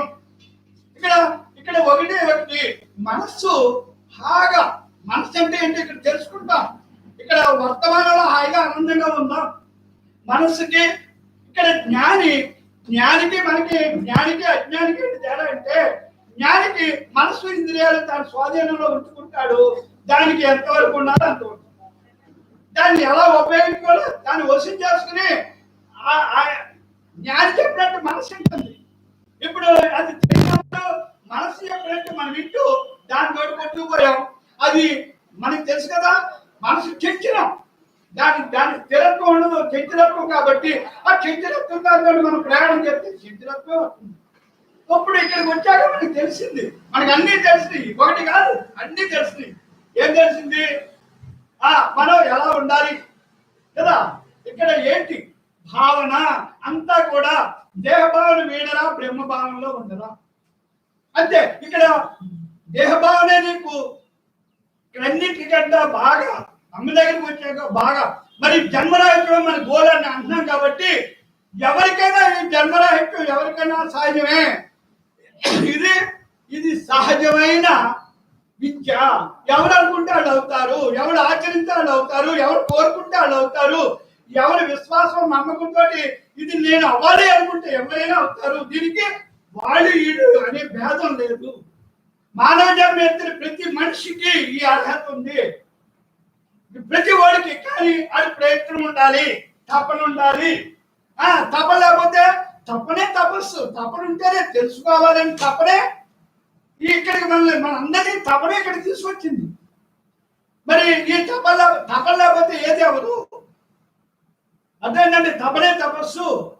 నేను నాకు కూడా ఈ తపన గురించే నేను అమ్మ దగ్గరికి రాగలిగాను. అదేంటంటే ఇక్కడ నేను ఈ ఆధ్యాత్మిక వైపు రావడానికి నాకు ధనం వల్ల ఏమీ లేదు, ధనం కాదు. మరి ఎందులో ఉంది ఆనందం, శాశ్వతమైన ఆనందం కావాలని నాకు అనిపించి నా లోపల తర్కం వచ్చింది. అప్పుడు ఇక్కడ సాధులు మునులు ఉంటారు కదా, గురువులు పెద్ద వాళ్ళు ఎప్పుడూ ఆనందంగానే ఉంటారు. చూడండి, వాళ్ళు ఎప్పుడూ ఆనందంగా ఉంటారు. వాళ్ళ దగ్గర ఆస్తులు కానీ అపార్ట్మెంట్లు డిపార్ట్మెంట్లు ఏమి ఉండవు, ఆస్తులు కానీ పొలాలు ఇవన్నీ ఉండవు, బ్యాంక్ బ్యాలెన్స్ ఏమి ఉండవు. కానీ వాళ్ళు ఎప్పుడూ ఆనందంగా ఉంటారు. నాకు అనిపించింది, నా లోపల తర్కం వల్ల వచ్చింది. వచ్చేటప్పటికి వాళ్ళు మరి అంత ఆనందంగా ఉండడానికి కారణం ఏంటి? వాళ్ళ దగ్గర మనం వెళ్ళి మనం కోట్లు ఉన్నాడు కూడా అన్నీ ఉన్నాయి, మనకి మనశ్శాంతి లేదు. చూడండి, అన్నీ ఉన్నాయి, మనశ్శాంతి లేదు. మనశ్శాంతి లేకపోయేటప్పటికి ఎక్కడికి వెళ్తాం? వాళ్ళ దగ్గరికి వెళ్తాం, వెళ్ళి స్వామి నన్ను కాపాడాలి అంటాం. మరి వాళ్ళ దగ్గర మన దగ్గర అన్నీ ఉన్నాయి, మరి వాళ్ళ దగ్గర ఏమీ లేవు. ఏముంది? ఆధ్యాత్మిక విద్య ఒకటే ఉంది. ఆధ్యాత్మిక విద్యలో అన్నీ ఉన్నాయి, ఇవన్నీ ఉన్నా అదే నెంబర్ 1. ఇది ఉన్నా అది లేకపోతే సున్నా అని మనకు అర్థమైంది. అంతే కదా. అది ఎప్పుడు తెలుసుకున్నామో అప్పుడు మన ఈ బాహ్యానికి విలువ ఉంటుంది అని మనకు అర్థమైంది. అంటే ఎప్పుడైతే ఆధ్యాత్మిక విద్య వైపుకి వెళ్ళాలని వాళ్ళ దగ్గర లేదేంటి, నా దగ్గర లేదంటే వాళ్ళ దగ్గర ఉందేంటి అంటే వాళ్ళ దగ్గర ఆధ్యాత్మిక సంపద ఉంది కాబట్టి మనం వాళ్ళ కాళ్ళ మీద పడుతున్నాం. వాళ్ళు కూడా మనని ఎంత ధీరత్వంగా చెప్తారు. నీ ఏం పర్లేదు బాగుంటావమ్మా అని ఎంత ధీరత్వంగా చెప్తారు. వాళ్ళు ఏంటి? జ్ఞాన సంకల్పమే కార్యసిద్ధి. జ్ఞాన యొక్క పవర్ అలా ఉంటుంది. అందుకే సత్సంగానికి మనం వచ్చినప్పుడు ఏం జరుగుతుంది? ఇక్కడ మనకి వైబ్రేషన్ ఉంటుంది, ఈ వాతావరణం పవర్ ఉంటుంది, ఒక శక్తి ఉంటుంది. అదే ఇక్కడ మనకి భావనా క్షేత్రం మారుతుంది. ఇక్కడ బోర్డు రకాలు, ఇక్కడ రెండో భావన రాదు. ఇక్కడ మార్కెట్లోకి వెళ్తే ఏమంటారు? కూరగాయల మార్కెట్కి వెళ్తే కూరగాయల గురించి తెలుసుకుంటాం, అంతేనా? చేపల మార్కెట్కి వెళ్తే అది నేర్చుకుంటాం, అంతే కదా. మరి ఇక్కడికి వస్తే నీ గురించి నువ్వు తెలుసుకుంటావు. ఇది సత్సంగం అంటే. అది సత్సంగం అంటే సరి చేసుకునేది సత్సంగం. మన సత్సంగం మామూలు సత్సంగం కాదు, బ్రహ్మ భావన, ఆ జ్ఞాన సాధన సత్సంగం. నువ్వు భావన మార్చుకుని హాయిగా ఆనందంగా ఉండు. ఎలాగా? బ్రహ్మంగా. దేహభావన అంటే ఇక్కడ చూడండి, అమ్మ దగ్గరికి వచ్చాక మనకి జన్మకి కారణం ఏంటి? మనం జన్మకి ఎలా వచ్చాం, ఎందుకు వచ్చాం? మనం జన్మకి రాకూడదు అని అనుకుంటున్నాం కదా, మరి జన్మకు వచ్చేసాం కదా, మరి ఎందుకు వచ్చాం? ఇప్పుడు ఆగాలంటే మళ్ళీ జన్మకి రాకూడదంటే నేనేం చేయాలి? అదే అమ్మ చెప్పింది. ఏంటి జన్మ కారణం? ఈ దేహ భావన. ఈ దేహం నేననుకుని భావంతో నువ్వు చేసినవన్నీ కూడా కర్మలే. ఈ దేహంతో మంచి చెప్తే పుణ్యం, చెడు చెప్తే పాపం. ఆ రెండే కదా మనం చేసేది. ఆ ఇక్కడ మంచి చెడు రెండు కూడా నీకు కర్మలే, రెండాటికి జన్మలు వస్తాయి. ఇక్కడ చెడు చేస్తే మనకి కొంచెం ఇబ్బందులతో జన్మలు వస్తాయి, మరి మంచి చేస్తే పుణ్యం చేస్తే అన్ని సదుపాయాలతోటి మంచి జన్మ, సంశయం లేదు. కానీ మనకి పుణ్యం కూడా బంధం ఎందుకు అంటారంటే మహాత్ముడు, ఆ పుణ్యం వచ్చినప్పుడు మంచి సదుపాయాలతో నీకు జన్మ వచ్చినప్పుడు మళ్ళీ అక్కడ నువ్వు సరిగా నడవకపోతే నీ జీవితం మళ్ళీ వెనక్కి వెళ్ళిపోతావు. అర్థమైందా? మనకి అన్ని సదుపాయాలతో ఉన్నప్పుడు మనం బాగా సంజన వద్దనే వెంకటరమణ అంటాం, కష్టం వచ్చినప్పుడే మనకి భగవంతుడి వైపు వెళ్తాం. అన్ని ఉన్నప్పుడు నీరే వెంకటరమణ అంటాం. ఆ భావం వచ్చేస్తుంది, అహంకారం వచ్చేస్తుంది. ఎక్కడ అహంకారం వచ్చినా పతనం అయిపోతాం. అంచేతే మహాత్ముడు పుణ్యం కోసం కూడా పుణ్యం పాపం రెండు బంధాలే, మనకి రెండు వద్దు. అమ్మ దగ్గరికి వచ్చాక మనకి రెండు వద్దు. అదే ఇక్కడ విచిత్రం ఏంటంటే పుణ్యం మన ఇదివరకు పుణ్యం, నేనైతే పుణ్యం పుణ్యం అనుకుంటే అన్ని చేశాను. ఇంకా అమ్మ దగ్గరికి వచ్చాక అది లేదు ఇది లేదు అన్నాక ఓహో భావన చాలా ప్రమాదం అని అనిపించింది అమ్మ దగ్గరికి వచ్చాక. అంటే ఇక్కడ పుణ్యం పాపం రెండు లేవు, పుణ్యం పాపం రెండు కూడా భావన. దేహభావన వీడి దేహం ఈ మేను నేను అనుకునే భావన తగ్గించుకుని ఈ శరీరం ఒక పాత్ర అని మనం తెలుసుకునేది 100% మన సత్సంగం అందరూ కూడా ఈ దేహాన్ని ఒక పాత్ర లాగే. ఇక్కడ పంచభూతాలతోటి తయారైన పాత్ర ఇది. భగవంతుడు విశ్వం అంతా చూడు పంచభూతాలు తయారు చేసి ఆ పంచభూతాలతో ఈ శరీరాన్ని తయారు చేసి ఈ శరీరానికి ఆయన అంశని పంపి దీన్ని ఆడిస్తున్నాడు. అవునా కదా? ఇప్పుడు తల్లి గర్భంలో మనం పరమాత్మ అంశే కదా, తల్లిదండ్రుల ఆహారం వల్ల కదా ఈ ఆకారం ఏర్పడింది కదా. మరి అంశ పక్క తప్పుకుంటే ఇది మళ్ళీ పంచభూతాల్లో కలిసిపోతుంది కదా, మనం చూస్తాం కదా. అమ్మ దగ్గరికి వచ్చే కానీ అర్థమైంది కదా. అంచేతే అమ్మ చెప్పి ప్రతి మాట మనకి పూల బాటే, మన జన్మరహిత్యానికి బాటే, అందులో సంశయం లేదు. ఇక్కడ అన్ని కూడా ఆడతా పాడుతూ ఉంటూ అన్ని చేసుకుంటూ చూడండి, ఇదివరకు ఇప్పుడు ఏం తేడా లేదు, మనిషిలో మార్పు లేదు, ఏమీ తేడా లేదు, అన్నీ అయ్యే. కానీ ఏమొచ్చాం, భావనక్షేత్రం మారిపోయింది, ఆలోచన విధానం మారిపోయింది, నడకలు చూపులు చేతలు అన్ని మారిపోయింది. అన్ని మార్చే దానికి అయ్యే మారిపోయింది. ఇంత సత్సంగానికి రావటం వల్ల ఈ సత్సంగంలో సహజంగా అమ్మ ఉంటుందా, మనలో కూడా సహజంగా గడుపుతున్నాం. ఇది వరకు దేహం నేను అనుకున్నాం, ఇప్పుడు బ్రహ్మ నేను అనుకుంటా అంతే, ఇంకా ఏం లేదు. ఇక్కడ భావన మార్చాం చూడండి. మరి కర్మ లేకుండా ఉండటానికి మనం చేసే పని ఏంటి? ఏం చేస్తున్నాం? ఏం చేయట్లేదు. దేహభావన వీడాం, నేను బ్రహ్మాన్ని ధీరత్వంతో అవును నేను బ్రహ్మాన్ని, సంశయం లేదు, నేను బ్రహ్మాన్ని, అంతటా బ్రహ్మమే ఉంది. ఇప్పుడు నాలో మాట్లాడేది బ్రహ్మం, అంతటా ఉన్న బ్రహ్మ నాలో ఉన్న బ్రహ్మతో మాట్లాడింది. అందుకే అమ్మ అంతటా ఉన్న బ్రహ్మానికి నాలోని బ్రహ్మ నమస్కరించుచున్నదని చెప్తారు అమ్మ. మరి ఇంకా నమస్కారం పెట్టేది ఎక్కడ లేదు, అణువణువుకి పెట్టినట్టే. అణువణువు ఉంది కదా బ్రహ్మం, ఆ విశ్వమే కదా, అంతా విశ్వం అంతా అదే కదా. అని చేత ఒక్క నమస్కారంతో అంత పవర్ మనకి చూపించారమ్మ. బ్రహ్మార్పణం చూడండి, బ్రహ్మార్పణం అంటే అమ్మా నువ్వే చేయించరావు, అంతటా నువ్వే ఉన్నావు, నాలో నువ్వే ఉన్నావు, నాలో ఉన్నోడి చేత నువ్వే అన్ని చేయించుకుంటున్నావు. ఈ మాట్లాడించుకోవడానికి కారణం నువ్వే, ఈ శబ్దానికి కారణం నువ్వే, ఈ శబ్దం మీకు రావడానికి కారణం నువ్వే పంపుతున్నావు. నేను అంటున్నాను మీరు వింటున్నారంటే, నేను అంటానికి మీరు వినటానికి అమ్మ అనిపించడానికి అంతా కాదు అమ్మే. ఇక్కడ అమ్మే కదా మనకి ఎన్ని నేర్పారు, ఈ అంతా కూడా మనకి అన్ని అమ్మే. 100% అమ్మ మనకి ఆవిడ ఎలా ఉంటారో ఎలా చేస్తారో అన్ని కూడా ఇంత కూడా దాచుకోకుండా మనకి ఒక చంటి పిల్లలకి బాహ్యంగా పిల్లలకి తల్లిదండ్రులు ఎలా నేర్పుతారో మన అమ్మ నాన్న కూడా మనకి అంతే. ఆయనమ్మ రక్షణ, అమ్మ శిక్షణ, వీళ్ళిద్దరు సంశయం లేదు. మరి నాన్నకి అమ్మకి అసలు ఈ కృతజ్ఞతలు ఎలా చెప్పాలో కూడా మనకి అర్థం. ఇంత బ్రహ్మ విద్య మనని అందుకోవడానికి ఈ బ్రహ్మ విద్య సామాన్య విద్య కాదు. ఈ విద్యని ఇక్కడ ఇది హిమాలయాల్లో గృహంలో ఎంతో తపస్సు చేసి సాధన చేసి ఒక మహాత్ముడు చెప్పాడు. ఇక్కడికి వచ్చారు ఒక ఆయన 102 సంవత్సరాలు అప్పటికి. ఆయన ఇప్పుడు ఎప్పుడు ఉన్నారు, ఆయన 104 సంవత్సరాలు 4 సంవత్సరాలు అవుతుంది వచ్చి 102 సంవత్సరాలు ఆయన వచ్చారు. అమ్మా ఇది మామూలు విద్య కాదు, ఇది బ్రహ్మ విద్య. ఈ విద్య కోసం ఎంతో మంది తాతాలు ఆడిపోతున్నారు.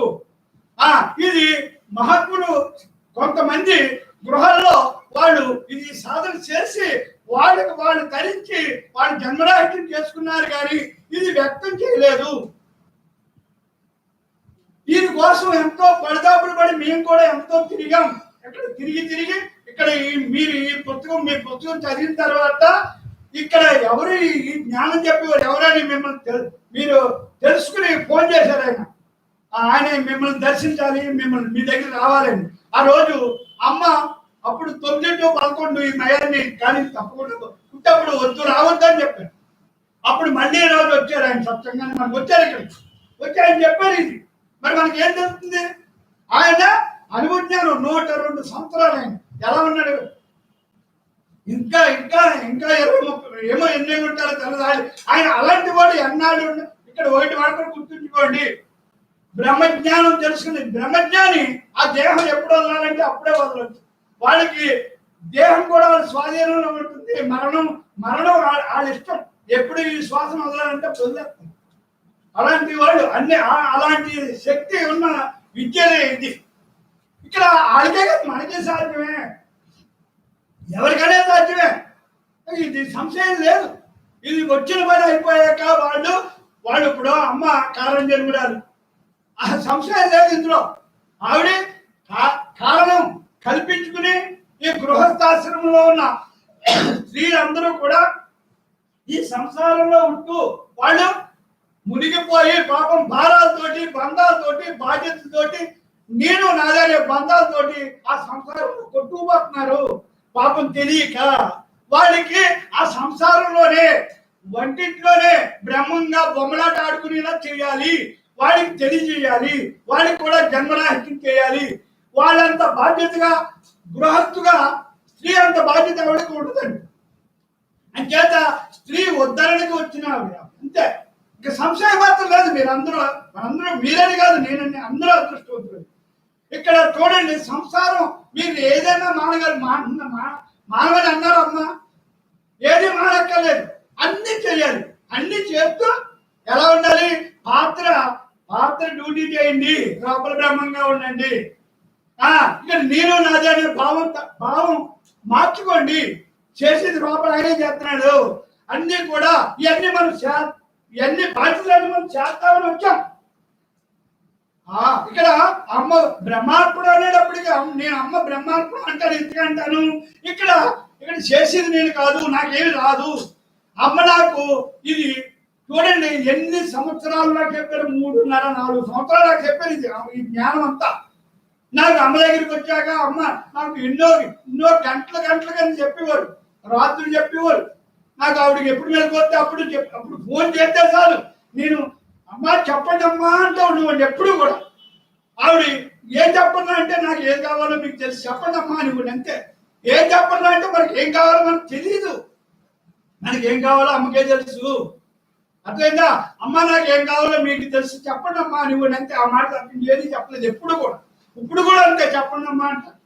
ఇప్పుడు అమ్మ ఇప్పుడు ఫోన్ చేసినా నేను చెప్పండి అమ్మా అంటాను. చెప్పండి అమ్మా అనాలి, కానీ మనకేం తెలుసు? ఇదంతా ఆవిడ చెప్పిన వల్ల మనకి ఎన్ని తెలిసింది. ఈ ఆచరణ, ఈ నడక, ఈ భావన అన్నీ కూడా మనకి ఏం తెలుసు అసలు? నాకు అదే తెలియదు. నేను అన్ని కూడా కొంతవరకు భక్తి మార్గంలో బయట కొంతమంది దగ్గర తెలుసుకున్నాను, నేర్చుకున్నాను. ఇక్కడ నాన్నగారి దగ్గరికి వెళ్ళినప్పుడు ఆయన కూడా నాకు ఏమి తెలియనప్పుడు కూడా ఈ పట్టు నాకు తెలుసుకోవాలనే పట్టుదలతో నాకు ఆధ్యాత్మిక విద్య కావాలి నాన్నగారు, అది నేను తెలుసుకుని ఆచరించాలి, నేను అనుభవించాలని అడిగాను. ఇదే అడిగాను ఆయన. అంటే ఒరే నీకు ఆయన అన్న మాట, ఒరే నీకు దేహభావన పోయిందా అని అడిగాను. పోలేదు అన్నాను. మరి ఇంద్రియ నిగ్రహ శక్తి ఉందా అన్నారు. లేదు అన్నారు. మరి అది లేదు ఇది లేదు, అది కావాలంటే ఎలా వస్తుందా అన్నారు. నాకు తెలియదు, మీరు బ్రహ్మజ్ఞాని, నాకు అదే కావాలన్నా. ఎందుకంటే మనలో ఉన్న పట్టుదల మనకి ఆ సంకల్పం ఎక్కడికైనా తీసుకెళ్తాం.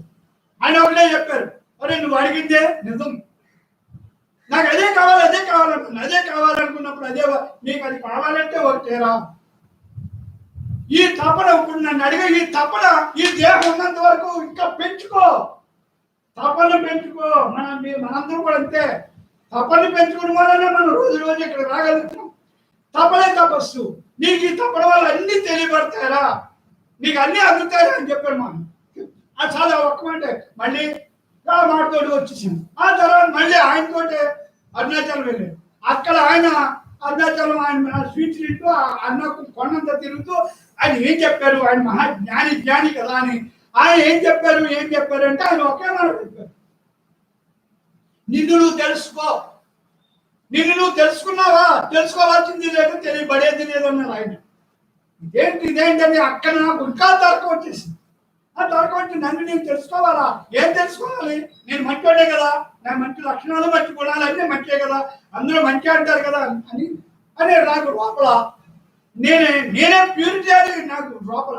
కానీ అక్కడి నుంచి ఇదేదో కాదు, ఇదేదో ఉందని అక్కడి నుంచి తర్కం వచ్చి అది తెలుసుకోవాలని ప్రయత్నంలో మళ్ళీ దాన్ని మొదలెడితే మళ్ళీ కొంతమంది నిరాకారం విపక్షణ వాళ్ళు తిరిగారు. ధ్యానం, భద్రీజీ గారి ధ్యానం, ఇవన్నీ కూడా ధ్యానం చేస్తే నీకు నువ్వు తెలుస్తుందని చెప్పాను. కానీ అక్కడ కూడా నాకు ప్యూరిటీ అవ్వలేదు. ఎందుకు అవ్వలేదు, నాకు ఆ జ్ఞానం లేదు. జ్ఞానం లేకుండా ధ్యానం చేయడం కష్టం, ఇది మాత్రం గుర్తుంచుకోండి. జ్ఞానం తెలుసుకున్న తర్వాత ధ్యానం ఈజీగా కుదురుతుంది. అలాగే వచ్చేటప్పటికి ఒక రోజు మా అమ్మ మా ఊరు వచ్చారు, మా తల్లి.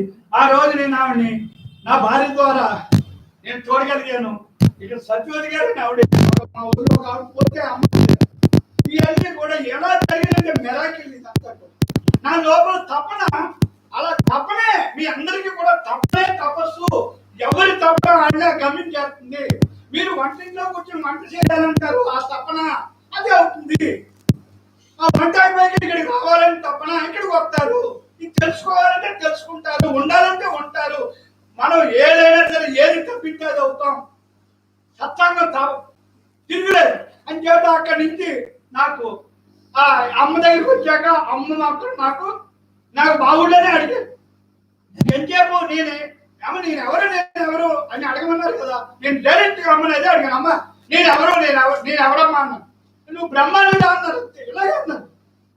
అయ్యో నేను బ్రహ్మాండ అంతే, నాకు అక్కడే డౌన్ అయింది. ఏంటి నేను బ్రహ్మాండ, ఇంకా బ్రహ్మం అంటే నాకు ఒక పుస్తకం కూడా ఇచ్చారు ఆ రోజు. ఎందుకంటే ఇదంతా ఎందుకు చెప్తానంటే మనందరూ కూడా తపనుంటే చాలు అన్ని మన దగ్గరికి వస్తాయి. తపన మాత్రం పట్టుగా త్రికరణ శుద్ధిగా ఉండాలి. మనసా వాచా కర్మని తెలుసుకోవాలి. నమ్మకం, మన మీద మనకి నమ్మకం, విశ్వాసం, దృఢ సంకల్పం. నాకు ఎందుకు రాదు అనే పట్టుదల ఏదైనా వస్తుంది. అది లేదు ఇది లేదు. చదువుకున్నాడు 100 మార్కులు రావాలని పట్టుదల పెడతాడు, ఎలా వస్తుందో మనకి ఇందులో 100 మార్కులు రావాలంటే ఇదే వస్తుంది. అని చేత ఇదంతా కూడా మనం ఏదనుకుంటే ఈ తపనలోనే వస్తుంది. అట్లయినా అమ్మ దగ్గరికి వచ్చాక నాకు ఆ తపన, అమ్మ దగ్గరికి వచ్చాక నేను బ్రహ్మాన్ని అని నేను ఎవరో తెలుసుకున్నారు కదా. అక్కడ అమ్మ నాకు అన్ని మామూలుగా కాదు, చంటి పిల్లకి ఎన్న పోస్తో పెడితే అలాగా సప్పలెత్తుకుండా ఏమి పని లేకుండా మింగుతాము, ఆ మింగి ఆ జీర్ణమయ్యి ఆ పొట్టు ఎలా పడుతుంది అలాగే నాకు అమ్మ 4 సంవత్సరాలు 3.5-4 సంవత్సరాలు నాకు ఈ బ్రహ్మ విద్యను గురించి చెప్పారు. అదేనా అక్కడి నుంచి అమ్మని కూడా అడ్రస్ అడిగితే కూడా చెప్పలేదు. పుస్తకం ఇచ్చి చదువుకొని నీకు ఉపయోగపడుతుంది అన్నారు అంతే. అప్పటికి ఇక్కడికి మగవాళ్ళు రానివ్వట్లేదు, ఇందులో ఆడవాళ్ళే కదా. నాన్న దయ వల్ల నాన్న నన్ను రమ్మని ఆయన ఆ రోజు ఇచ్చారు. ఆ రోజు ఈ రోజు వరకు కూడా ఆయనకి ఎంత చెప్పినా తక్కువే. మరి నన్ను నా భార్యని నన్ను రమ్మని చెప్పారు.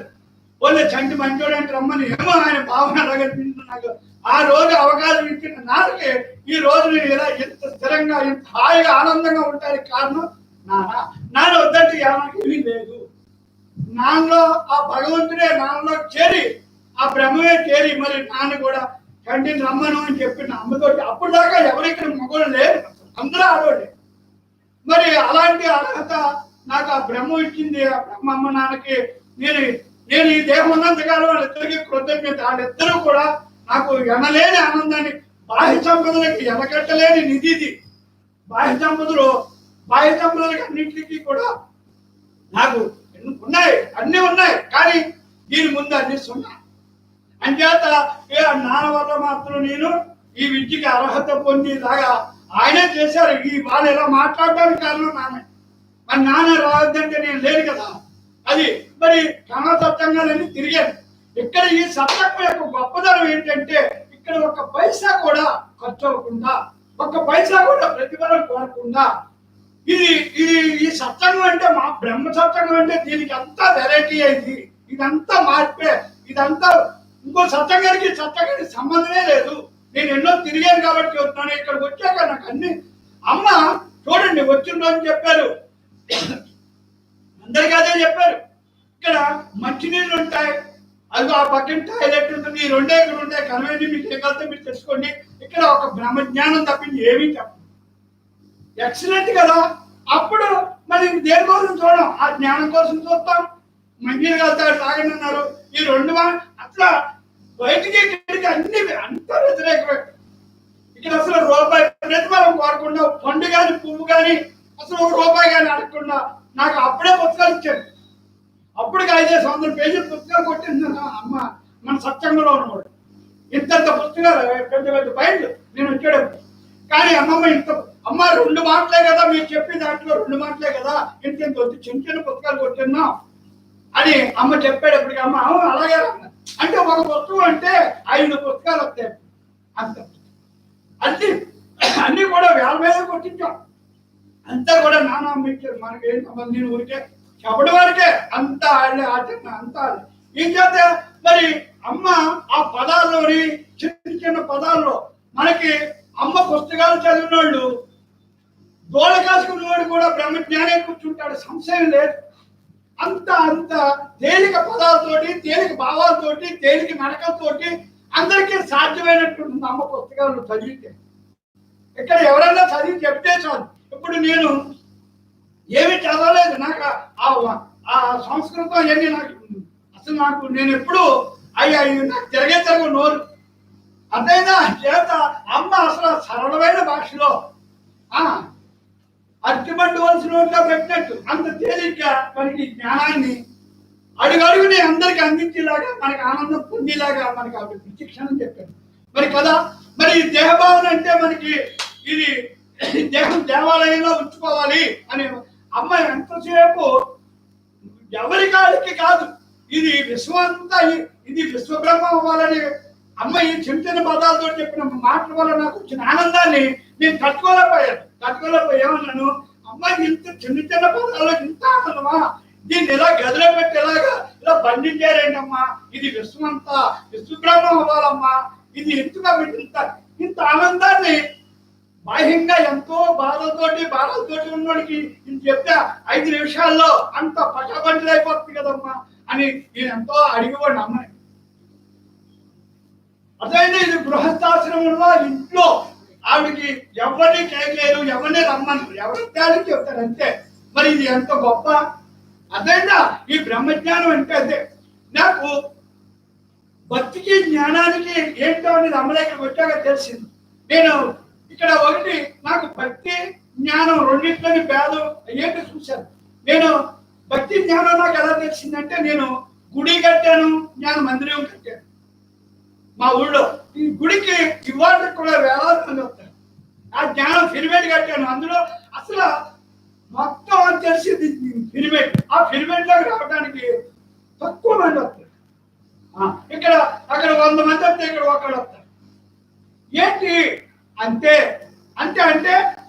దానికి భావన భక్తిలో ఉన్నాడు ఎక్కువ. జ్ఞానంలోకి రావాలంటే దాన్ని అన్ని వదులుకుని రావడానికి చాలా కష్టం. మనందరూ ఎలా వచ్చామంటే ఎంతో అదృష్టవంతులు. భక్తి దాటి రావడానికి ఎవరు ఇష్టపడరు, భక్తిలో మమేకమైపోతారు, కోరుకోవడం అలవాటు అయిపోతుంది, దండాలు పెట్టడం దండాలు వేయటం అలవాటు అవుతుంది, వెయ్యాలి వేయొచ్చు అన్ని చెయ్యాలి, ఏది తప్పు కాదు. కానీ ఇప్పుడు రామాయణం చదివాం, రామాయణం చదవాలి, రాముడి లక్షణాలు అన్ని తెలుసుకోవాలి. తెలుసుకుని ఏం చేయాలి? ఇప్పుడు ఈ సత్సంగానికి వచ్చిన తర్వాత అమ్మని దండాలు పెట్టి, అమ్మ అంటారు నా పాదాలు కదరా, నా పాదాలు పట్టుకోండి, ఆచరించండి, మీరు అలా నాకు మళ్ళీ అవుతారు. అంతేగాని నాకు దండాలు పెట్టి దండలు ఎత్తి మీరు అవ్వరు. అలాగే రామాయణం చదివినప్పుడు ఆ రాముడు ఫోటో పెట్టుకుని దండలేసి దండాలు పెడితే కాదు, ఆయన లక్షణాలు గుణాలు భావాలు నడకలు మనం నడిస్తే రాముడు అవుతాం. అమ్మ చెప్పింది కూడా అదే. మీరు బ్రహ్మ అవ్వాలంటే బ్రహ్మ లక్షణాలతోటి, బ్రహ్మ భావాలతోటి, బ్రహ్మ నడకలతోటి మొత్తం మీరు అలా ఉండాలి. అలా ఉన్నప్పుడు అది అవుతాం. చేత ఇక్కడ దేహం దేవాలయంలో చేసుకునే విధానం అమ్మ చక్కగా చెప్తారు. దేహం దేవాలయం అవుతుందా? అందరినీ అవుతుందా?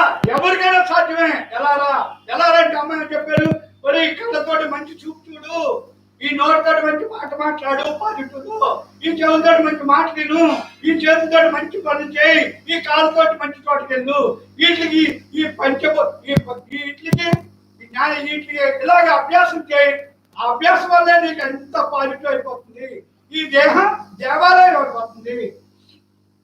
చేత మరి దేహం దేవాలయం అయినప్పుడు మరి జీవుడే దేవుడు అంటారు కదమ్మా. అవునరా, ఈ దేహం ఈ జీవుడనే లక్షణాలన్నీ, ఈ కళ్ళు, ఈ చెవులు, ఈ నోరు, చేతులు, ఇవి కూడా బ్రహ్మ లక్షణాలు అవలంబిస్తున్నాయి కదా, పాజిటివ్ లో ఉన్నాయి కదా. అంటే ఈ లక్షణాలు మారిపోయి ఈ దేహం దేవాలయం ఎలా అయిందో లోపల జీవుడు కూడా ఆటోమేటిక్ గా ఆయన భావాలు నడకలన్నీ మారిపోతాయి, చూపులు మారిపోతాయి, నడకలు మారిపోతాయి, మాట మారిపోతుంది, చేతలు అన్ని మారిపోయి దేవుడు అయిపోతాడు. దేవుడు అంటే ఎవడు? జ్ఞాని. ఆధ్యాత్మిక ఎవరు తెలుసుకుంటారో అదే జ్ఞాని. అంతే కదమ్మా. అని చేత మనందరూ కూడా దైవ స్వరూపులు అని అమ్మ ఎందుకు చెప్తారు? మనలో ఉన్నది అదే. అది తెలుసుకుని ఆచరించి ఆ నడకలాడితే అది అవుతాం. అంతే. ఇక్కడ సత్యంగా ఎవరైనా సరే ఈ సత్యంగానికి వచ్చి జన్మరాహిత్యం ఎవరికైనా సాధ్యమే. అమ్మ దగ్గరికి వచ్చాక తెలిసింది ఎన్నో జన్మలు కదేంట్రా, అన్ని కర్మలు చేసుకుంటావు, జన్మరాహిత్యం అంటున్నారంటే నేను మొదటి రోజు అనుకున్నాను. కానీ అమ్మ చెప్పిన మాట ప్రకారం అందరికీ జన్మరాహిత్యం సాధ్యమే. అందరికీ సాధ్యమే. ఎవరికి సాధ్యం? అందరికీ కూడా. అది ఎవరు ఆచరించి అనుభవిస్తే ఆడికి అవుతారు. నడక భావన అంతే. ఇక్కడ భావన మార్చుకుని అక్కడ నడక మార్చుకుని ఈ పాత్ర డ్యూటీ అంత భావనా క్షేత్రమే మారిపోతుంది. ఇప్పుడు జ్ఞాని మాటలు ఎలా ఉంటాయి, అజ్ఞాని మాటలు ఎలా ఉంటాయి? అజ్ఞాని అంటే దేహభావంతో ఉన్నాడు, అజ్ఞాని ప్రేమ భావంతో ఉన్నాడు జ్ఞాని. అమ్మ మాటలు ఎలా ఉంటాయి? ఎప్పుడు పాజిటివ్ గా ఉంటాయా లేదా? ఎప్పుడు ఆనందంగా ఉంటారా లేదా? మరి అది ఇక్కడ అందరికీ సాధ్యమైన కారణం అది. ఇక్కడ ఏంటంటే మనం దేహభావన ఎప్పుడైతే వీడామో, బ్రహ్మభావంలో ఉన్నామో, బ్రహ్మార్పణ జీవితాన్ని గడుపుతాం. బ్రహ్మార్పణం అంటే ఈ దేహం కాదు కదా, నేను బ్రహ్మాన్ని, బ్రహ్మార్పణం అంటే ఇంకా అక్కడ కర్మ లేదు, దేహభావం లేదు కదా. దేహభావం ఉంటేనే కర్మ, దేహభావం లేకపోతే కర్మ లేదు. చేసేది బ్రహ్మం, నేను కాదు. నాలో ఉన్నాడు చెప్తాడు, ఆయనే చెప్తాడు, అంతలో ఉన్నాయని చేయించుకుంటున్నాడు, ఆయనకే బ్రహ్మార్పణం. ఆ బ్రహ్మార్పణలోనే మనకి ఏది ఇంకా పాపం పుణ్యం రెండూ లేదు, సున్నా అయిపోతుంది. ఆ బ్రహ్మార్పణ యజ్ఞంలో ఇప్పుడు చేసేది యజ్ఞం, బ్రహ్మ యజ్ఞం. నేను బ్రహ్మాన్ని అనే భావంతో ప్రతిక్షణం అలాగా నడుతూ చేస్తూ అన్ని ఉంటే అదే యజ్ఞం. ఆ యజ్ఞంలో ఏమవుతుంది? అన్ని కర్మలు దగ్ధమైపోతాయి, సంశయమాత్రం లేదు.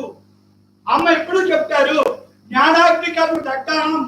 శ్రీకృష్ణ పరమాత్మే చెప్పాడు, జ్ఞానాగ్నిలో అన్ని కర్మలు ఏదైనా అన్ని దగ్ధమైపోతాయి.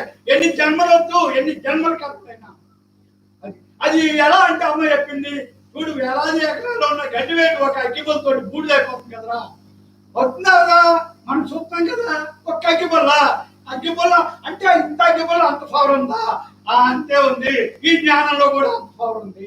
ఈ బ్రహ్మజ్ఞానంలో, ఈ యజ్ఞంలో కూడా అగ్గిబొల్లకి వేలాది ఎకరాలు తగలబెట్టి శక్తి ఎలా ఉందో, నీకు జన్మల కర్మలన్నీ కూడా దగ్ధం చేసే శక్తి ఈ బ్రహ్మభావన జ్ఞాన సాధన సత్సంగంలో ఈ జరిగే యజ్ఞంలో మనకి అందరికీ ఉంది. ఇంకెందుకంటే సంశయం లేదు. మనకి భ్రమ లేదు, భ్రాంతి లేదు, కోరిక లేదు. అమ్మ అన్ని తృప్తి. వైరాగ్యం అంటే వదలటం కాదు. వైరాగ్యం అంటే ఎంతవరకు ఉండాలో అంతవరకు అన్ని చేయాలి. అమ్మ ఏది వదలమని అంటారు, ఆవిడ వదలరు, మళ్ళీ వదలమని వదలటం కాదు. ఇవన్నీ చేయడానికి వచ్చాం. నీ చుట్టూ ఉన్న పాత్రలన్నింటినీ పలుకులో చూడు. వాళ్ళ గుణాలు, వాళ్ళ రూపాలు, నామాలు చూడకు. నువ్వు వాళ్ళు చేయవలసిన డ్యూటీ ఇష్టంగా చేస్తే నీకు కర్మ ఉండదు. కర్మ లేకపోతే జన్మ. వాళ్ళ బ్రహ్మ చూడు, నామరూప గుణాలు. ఎప్పుడైతే నామరూప గుణాలు చూడలేదో నువ్వు బ్రహ్మంగా ఉండవు. బ్రహ్మంగా ఉంటేనే నామరూప గుణాలు కనబడతాయి. బ్రహ్మంగా లేకపోతే అందంగా ఉంటే కనపడవు. అంత పాజిటివ్గా చూస్తాం, మనం చేయవలసి చేసేస్తాం. మనం ఏం చేయాలో చేస్తాం, మన ధర్మం మనం చేస్తాం. అయితే అమ్మ చెప్పింది అదే, అతి వద్దు, అతిగా చేయొద్దు, అలానే వదలొద్దు. సమస్థితిలో నువ్వేం చేయాలో, నీ దేహం సహకరించినంత వరకు నువ్వేం చేయాలో చేయవలసింది తప్పించుకోకు, అనవసరమైంది పట్టించుకోకు. ఎంతవరకు ఉండాలో అంతవరకు ఉండి చక్కగా నీ దేహాన్ని దేవాలయంలో చేసుకుని మనం ఈ బ్రహ్మ భావన జ్ఞాన సాధన సత్సంగం ఆఖరి శ్వాస వరకు మనం ఈ యజ్ఞంలో ఈ ఎనర్జీ కావాలంటే, ఈ శక్తి కావాలంటే సత్సంగం తప్పించి నీకు ఎక్కడ ఇది తెలియబడదు, నీకు ఎవరు చెప్పరు. అనుభవ జ్ఞానమైన గురువే నిన్ను ప్రతి అక్షరం ప్రతిదీ నిన్ను అనుభూతిలా చేయగలరు. అది అనుభవ జ్ఞానమైన గురువు వల్లే అవుతుంది. అనుభవ జ్ఞానమైన గురువు అమ్మ మనకి దొరికారు కాబట్టి మనకి ఎన్ని చెప్పినా తక్కువే. ఏమన్నారు అమ్మ, మరి చూడండి మనకి జన్మరేహానికి చెప్పారు కదా, 6 అర్హతలు చెప్పారు, 6 చెప్పారు కదా. అరే మానవ జన్మ మనకు ఉంది, ఆధ్యాత్మిక గురించి తెలుసుకోవాలా అనే తపన ఉండాలి, తపన ఉంది. అదేవిధంగా ఆ అనుభవ జ్ఞానమైన గురువు దొరికారు. మరి తర్వాత అమ్మ సత్సంగం ఉండాలి. సత్సంగం ఉంటే నువ్వెవరో నీకు తెలుసుకుని ఎలా ఆచరించాలో నడకలు గుణాలు భావాలని తెలుస్తాయి. సత్సంగంలో అన్ని సరి చేసుకుంటావు. మరి సత్సంగంలో ఏం చేయాలో చేస్తావు. జన్మ లేకుండా చేసుకోవాలో సత్సంగంలో తెలుస్తుంది. ఆ గోల్ అక్కడే పెట్టుకుంటావు. నాకు జన్మ రాకపోయినా నా గోల్ అని. ఆ గోలికి ప్రయాణం ఎలా ఉంటుంది, ఆ గోలికి ప్రయాణం చేయాలంటే నీకు ఉండాలి, ఆరోగ్యం ఉండాలి. బాహ్యంగా మనం గృహస్థి కాబట్టి ధనం ఉండాలి, సంపదలు ఉండాలి. మరి 6 ఉంటే అందరికీ సాధ్యమే. మనకి 6 అందరికీ ఉన్నాయి. అదేవిధంగా మనకి సత్సంగం అందరికీ 6 ఉన్నాయి కదా. ఈ 6 ఉన్నాయి అంటే మనకి అన్ని ఉన్నట్టే కదా. అన్ని ఉన్నట్టంటే మరి దేని నువ్వు అనుకుని చేయకు. బద్ధకమే బద్ధశత్రువు, బద్దకించావా అంతే, ఇంకంతకంటే శత్రువు ఇంకోట్లేదు. బద్ధకమే బద్ధశత్రువు. ఈ శబ్దమే నీకు శత్రువుని మిత్రులు తయారు చేస్తుంది. అందుకే ఈ శబ్దం పాజిటివ్లో ఉండాలని చెప్తాం. ఈ శబ్దం పాజిటివ్లో ఉంటే అంతా మంచిగా చేస్తావు, అంతే కదా. ఇవన్నీ కూడా ఇప్పుడు అమ్మ కూడా ఒకే మాట చెప్పారు. ఈ శబ్దం అంతా విద్యార్థి దశ. మనం ఇక్కడ అన్ని తెలుసుకుంటున్నాం, నేర్చుకుంటున్నాం, అంతే. ఇదంతా విద్యార్థి దశ అంతే. కానీ మరి ఇది అనుభవించాలంటే ధ్యానమే ధ్యానమే ధ్యానమే. ధ్యాన మనోమౌనమే బ్రహ్మం. నువ్వు బ్రహ్మం అనుకోవడం కాదు, నువ్వు బ్రహ్మంగా ఉండి అనుభవించాలంటే, దాని స్థితి తెలియాలంటే ధ్యానమే. ధ్యాన మనోమౌనమే బ్రహ్మం. బ్రహ్మ అంటే నువ్వు పవర్ అంటే తెలుస్తుందంటే ధ్యానం చేయాలి. అమ్మ అదే చెప్తారు, ధ్యానం తప్పకుండా చేయాలి. ధ్యానమే అనుకో. ఇంకా నువ్వు తెలుసుకునేది ఒక ధ్యానమే. ధ్యానం తప్పించి ఇంకా రెండోది లేదు, రెండో మాట లేదు, రెండోది చేత లేదు. ఎవరైనా సరే అన్ని తెలుసుకుని ధ్యానం చేయటమే. మరి అమ్మ ఇది తెలుసుకుని 8వ సంవత్సరం నుంచి ఆవిడ ధ్యానం చేస్తాం. 8వ సంవత్సరం నుంచి ధ్యానం చేస్తూ ఆ శక్తిని ఆవిడ సంపాదించి, ఆ శక్తితో మనందరికీ కూడా శక్తిని మనకి ప్రసరింపజేస్తూ మనలో కూడా పవర్ ని తయారు చేసుకునే శక్తి యుక్తి కూడా ఆవిడ మనం చెప్తున్నాం కదా. ఇక్కడ మనందరూ ఇందాక ఏమన్నారు, ఒక దండ అవ్వాలంటే అమ్మ దారంలాగా మనందరూ పువ్వుల్లాగా ఒక దండ కింద అయ్యాం కాబట్టి ఇక్కడ ఉన్నాం. ఆధారం అమ్మ దారం. అర్థంగా దాన్ని ఆధారంగా చేసుకుని వచ్చాం కాబట్టి మనందరూ పువ్వుల్లాగా ఒక దండ కింద అయ్యాం. అంతేనా? దారం లేకపోతే దండ ఉందా? అవునా? పువ్వు లేకపోతే దారం ఒకటే ఉంటుంది. ఇక్కడ 2 ఉండాలి, 2 ఉంటేనే దండ అవుతుంది. అంచేత అమ్మ మరి పూలు ఉంటేనే కదా దండ అవుతుందిరా. అవుతుందమ్మా, పూలు ఉండాలి. కానీ పూలు ఉండాలి, దండ అవ్వాలంటే దారం ఉండాలి. మూలం అమ్మ. మనం ఇవన్నీ తెలుసుకోవడానికి, ఇది ఇంత తేలిగ్గా మనకు ఆచరించడానికి, అనుభవించడానికి అమ్మే ఆది శక్తి లాగా మనకి ఆవిడ చెప్పాను. అక్కడ అమ్మ కారణ జన్మురాలు, మనం కర్మ జన్ములు. మనం కర్మ చేసి వచ్చాం. ఆవిడ కర్మ లేకుండా కారణం కల్పించుకుని వచ్చారు. ఈ కారణ జన్మలందరినీ కర్మ జన్మలందరినీ కారణ జన్మలు చేయాలని ఆవిడ సంకల్పించుకుని వచ్చారు. ఇంకా ఇందులో కర్మలో కొట్టుకుపోతున్నారు. జన్మ లేకుండా చేయాలి, వీళ్ళు కారణ జన్మలు చేయాలని ఆ భావన ఆవిడ సంకల్పం పెట్టుకుని వచ్చారమ్మ. అర్థమైందండి? ఆవిడ తత్వమైన అమ్మ పరిమితంగా సాకారంగా వచ్చారు. అపరిమిత తత్వం ఆవిడ ఎప్పుడు అంతా నేనే అన్ని తత్వం ఏంటి అపరిమిత తత్వం.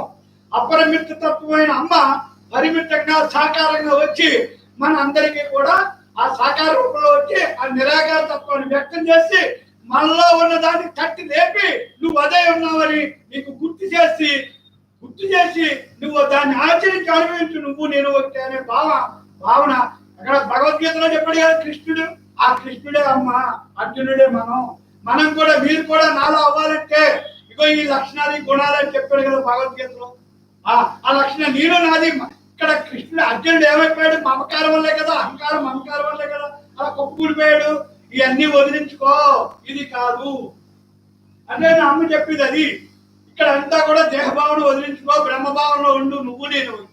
ఆ లక్షణాలు గుణాలన్నీ మనం ఆచరించి అనుభవించినప్పుడు మనం అదే అవుతాం, అంతే కదా. చేత మనం ఇది ఎంత చెప్పుకున్నా, ఎన్ని రోజులు చెప్పుకున్నా అమ్మ రెండు మాటలేనే కదా. ఎన్ని సంవత్సరాల నుంచి ఇది సత్సంగం జాతిగుంట్లో బట్టి 27-28 సంవత్సరాలు అయింది. ఇక్కడ పెట్టి 15 సంవత్సరాలు అయింది. మరి 15 సంవత్సరాలు ఆవిడ చెప్పే మాట ఈ రెండు పదాలే, మూడో మాట లేదు. మరి ఈ రెండు పదాలకే మనం ప్రతిరోజు ఎందుకు వస్తున్నాం? అదే ఎందుకు వస్తామంటే ఇది ఎలాంటిది అంటే ఈ దేహానికి భోజనం ఎలాగో 2 పూట్ల ఈ ఆత్మకే ఆహారం కావాలి, ప్రతిరోజు కావాలి. లేకపోతే ఈ ఆత్మకి ఎందుకంటే దాని పవర్కి మళ్ళీ మనం మనసు ఇంద్రియాలతో మమేకమైపోయి ఉన్నాం కదా ఇంతకు ముందు ఎప్పుడో జన్మ పరంపరలో. కానీ అది ఆ స్నేహం వదలాలంటే దీని బరువు పెరగాలంటే ప్రతిరోజు సత్సంగం ఉండాలి. అదే ఇక్కడ అమ్మ ఒకటే చెప్తారు, ఇక్కడ ఈ గంటన్నర చెప్పి సత్సంగం ఇది బాహ్య సత్సంగం. ఈ సత్సంగాన్ని నెవరేసుకుంటూ అంతర్ సత్సంగంలో ఉండండి రా. ఇది బాహ్య సత్సంగం, ఇది మస్తకంలో పెట్టుకుని దీన్ని మననం చేసుకుని నిరించేస్తూ ఉండి అంతర్ సత్సంగంలో ఉండాలి మనందరూ కూడా. అమ్మ కోరిక, అమ్మ భావన అది. అమ్మ కోరిక ఏంటనుకుంటున్నారు? ఆయన గురుదక్షిణ ఏమడిగారు? నాకేమి గురుదక్షిణ అక్కర్లేదురా, నాలాగే మీరు కూడా ప్రతి క్షణం బ్రహ్మంగా ఉంటూ ఆనందాన్ని అనుభవించడమే మీరు ఇచ్చే గురుదక్షిణ. అంతే కదా. అది మనందరూ మరి అలా ఉన్నాం. అమ్మ కూడా ఏమన్నారు? మీరందరూ బ్రహ్మంగా ఉన్నారు, ఆగే శ్వాస వరకు ఉంటారు. ఎందుకుంటారమ్మా? ఎందుకుంటారేంట్రా అమ్మన్నారు. ఎందుకుంటారేంట్రా? తెలుసుకున్నారు, ఆచరిస్తున్నారు, అనుభవిస్తున్నారు, ఉంటారు అంతే. ఆఖరి శ్వాస వరకు మన సత్సంగులు ఎవ్వరికీ కూడా బ్రహ్మ భావన జ్ఞాన సాధన సత్సంగులు ఎవ్వరికీ కూడా మళ్ళీ జన్మ లేదు, జన్మరాహిత్యమే. అలాగే ఉన్నారు, ఉంటారు. ఇప్పుడు ఉన్నారు, ఉంటారు. ఆఖరి శ్వాస బ్రహ్మార్పణం. బ్రహ్మమ్మకి బ్రహ్మార్పణం, బ్రహ్మ నాన్నకి అమ్మకి బ్రహ్మార్పణం.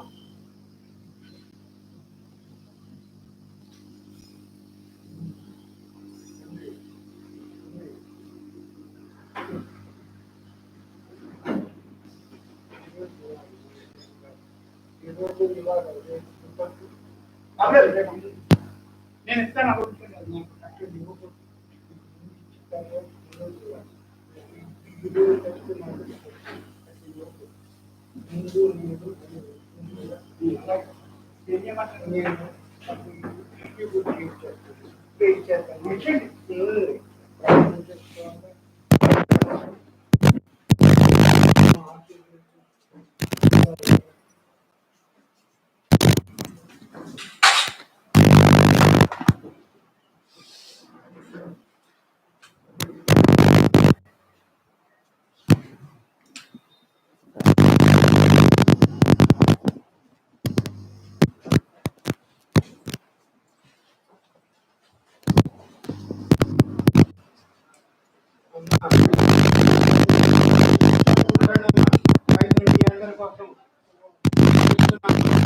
కూర్చోండి. వచ్చి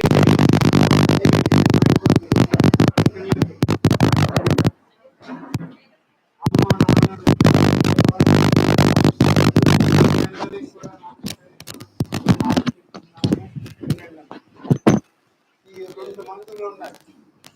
2 మందుల్లో ముందు వేసుకోవాల్సింది ఏమిటి, వెనక వేసుకోవాల్సింది ఏమిటి అనేది అది తెలుసు. కాబట్టి ఈ రోజు ఇవ్వలేదు కదా, వీటికి ఇస్తే రేపు 2వ మంది తీసుకోవచ్చు.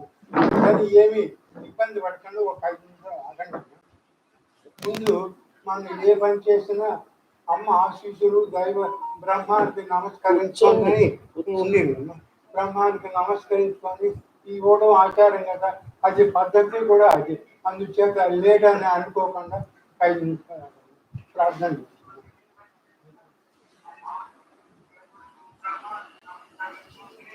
ఆది నుండి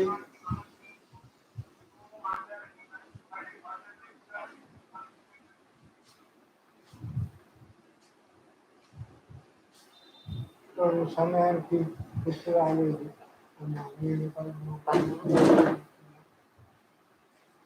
ఆకారమే లేని ఆ నిరాకారునకు ఆకారము కల్పనవరికరము కరచరణంబులే కలుగని వానికి ఎట్టి రూపులు మదిలంచగలరు. అట్టిది ఇట్టిది ఆ రూపు ఈ రూపని పలుకుటల్ల హాస్యాస్పదంబు. కోటి సూర్యుల కాంతి మేటి కలిసిన తనకు కోటి సూర్యుల కాంతి కలిగిన తనకు ఎటు రూపును మధ్యనంచగలరు. రూపమే లేనట్టి శక్తికి రూపుదల్ప ఎవరికి సాధ్యము. ఆది నుండి ఆకారరహితమై దిగంతంబుల తేజరిల్లే. అటువంటి అమ్మా నాన్నల దివ్య పవిత్రమైన పాదపద్మములకు నమస్కరిస్తూ అమ్మ ఈరోజు మీకందరికి ఇచ్చేటటువంటి ఔషధ రాజాలని అమ్మే సూచించింది.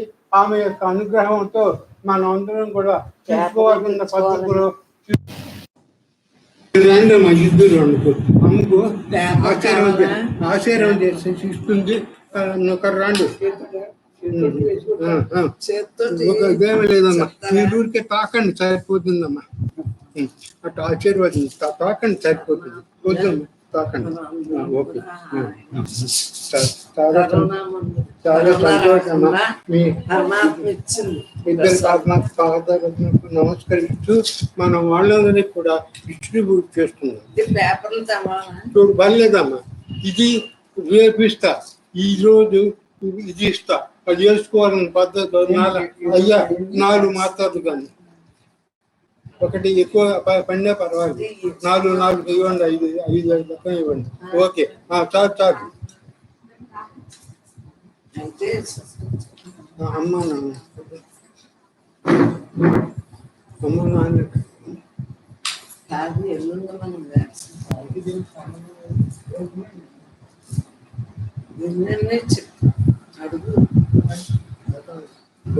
అటు ఇటు పడినా పర్వాలేదు. 5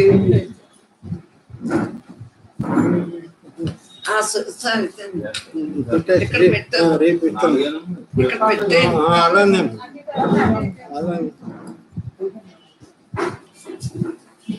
ఇవాళ చేసుకుని రేపు వేసుకో.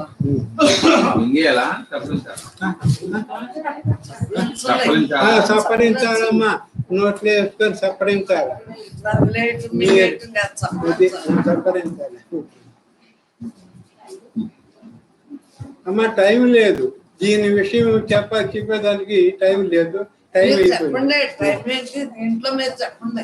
చెప్పండి, అందరినీ రేపు చెప్తే చెప్పండి. మీరు చెప్పండి. అమ్మా, ఒక విషయం ఏమిటంటే చెప్పండి అని చెప్పండి. రేపు ఇద్దాం.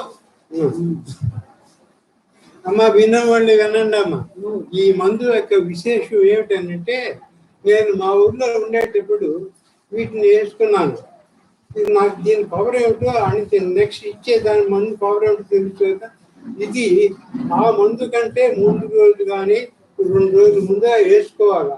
ఇప్పుడు రేపు కొత్త వాళ్ళంతా వస్తారు, వాళ్ళకు 3 నెలలు పనిచేసే మందు వాళ్ళకి ఇస్తా.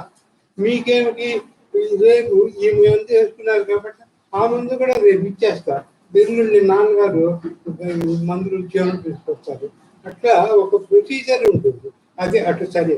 ఈ మందు ప్రభావం ఏంటంటే, అక్కడ ఊర్లో వాళ్ళందరికీ ఇచ్చేసి పంచినారు. తర్వాత కొద్దిగా మిగిలి ఉంటే ఒక ఆమె కోరికలు అన్ని చచ్చిపోతున్నాయని నాకు మీరు చెప్పారు. మరి అప్పుడు నేను అనుకున్నా, ఏమిటంటే మనం ప్రివెంటివ్ గా ఈ మందు తీసుకుంటున్నాము, వాటిల్లో ఉండేది తెలియదు ప్రాణమే కదా, వాటికి ఎందుకు ఇవ్వకూడదు అని అనిపించింది. అప్పుడు కోరికలు వేస్తే సత్యకి అని బతికిపోయింది. అంత పవర్ఫుల్ గా ఉంటుంది. అందుకే ఇచ్చే మందు మూడు మాసాలు దానికి టైం ఉంటుంది అన్న. 3 మాసాల్లో మీకు ఏమీ ఇది లేదు. ఈ మందు ఆ మందు కలిపి ఆ అమ్మ దైవాలు మనకి ఏమీ భయం లేదు. ఒకవేళ ఏదైనా వచ్చినా అది తుస్సు అని పోతుంది, తపాకాసి పెట్టుకుని పోతాయి, ఆ మాదిరి పోతుంది. మనకి ఏమి హాని కాదు, అమ్మ కృపతో మనం అందరం బాగుంటామనే ఉద్దేశంతో ఈ ప్రయత్నము అమ్మ దైవాలు చేయబడింది. మనం అంతా అమ్మకు నమస్కారాలు కృతజ్ఞతలు చెప్పుకుంటాను. మీ అందరూ చెప్పుకుంటాం. ఓకే, మంచిదమ్మా, ఇంకెందుకో. ఓకే, అది రే అబ్బాయ నువ్వు కూడా తీసుకో. ఇప్పుడు అమ్మ దగ్గర ఇక్కడ పెట్టేస్తే రేపు వచ్చామనుకో ఈ మందు ఇవ్వకూడదు. రేపు వచ్చామనుకో, రేపు వచ్చేవాడు వాళ్ళు రారు కాబట్టి ఆ ముందు 3 నెలల మందు ఇవ్వాలి. ఇది భగవన్న మందు బ్రహ్మ. ఇది ప్రాప్తం.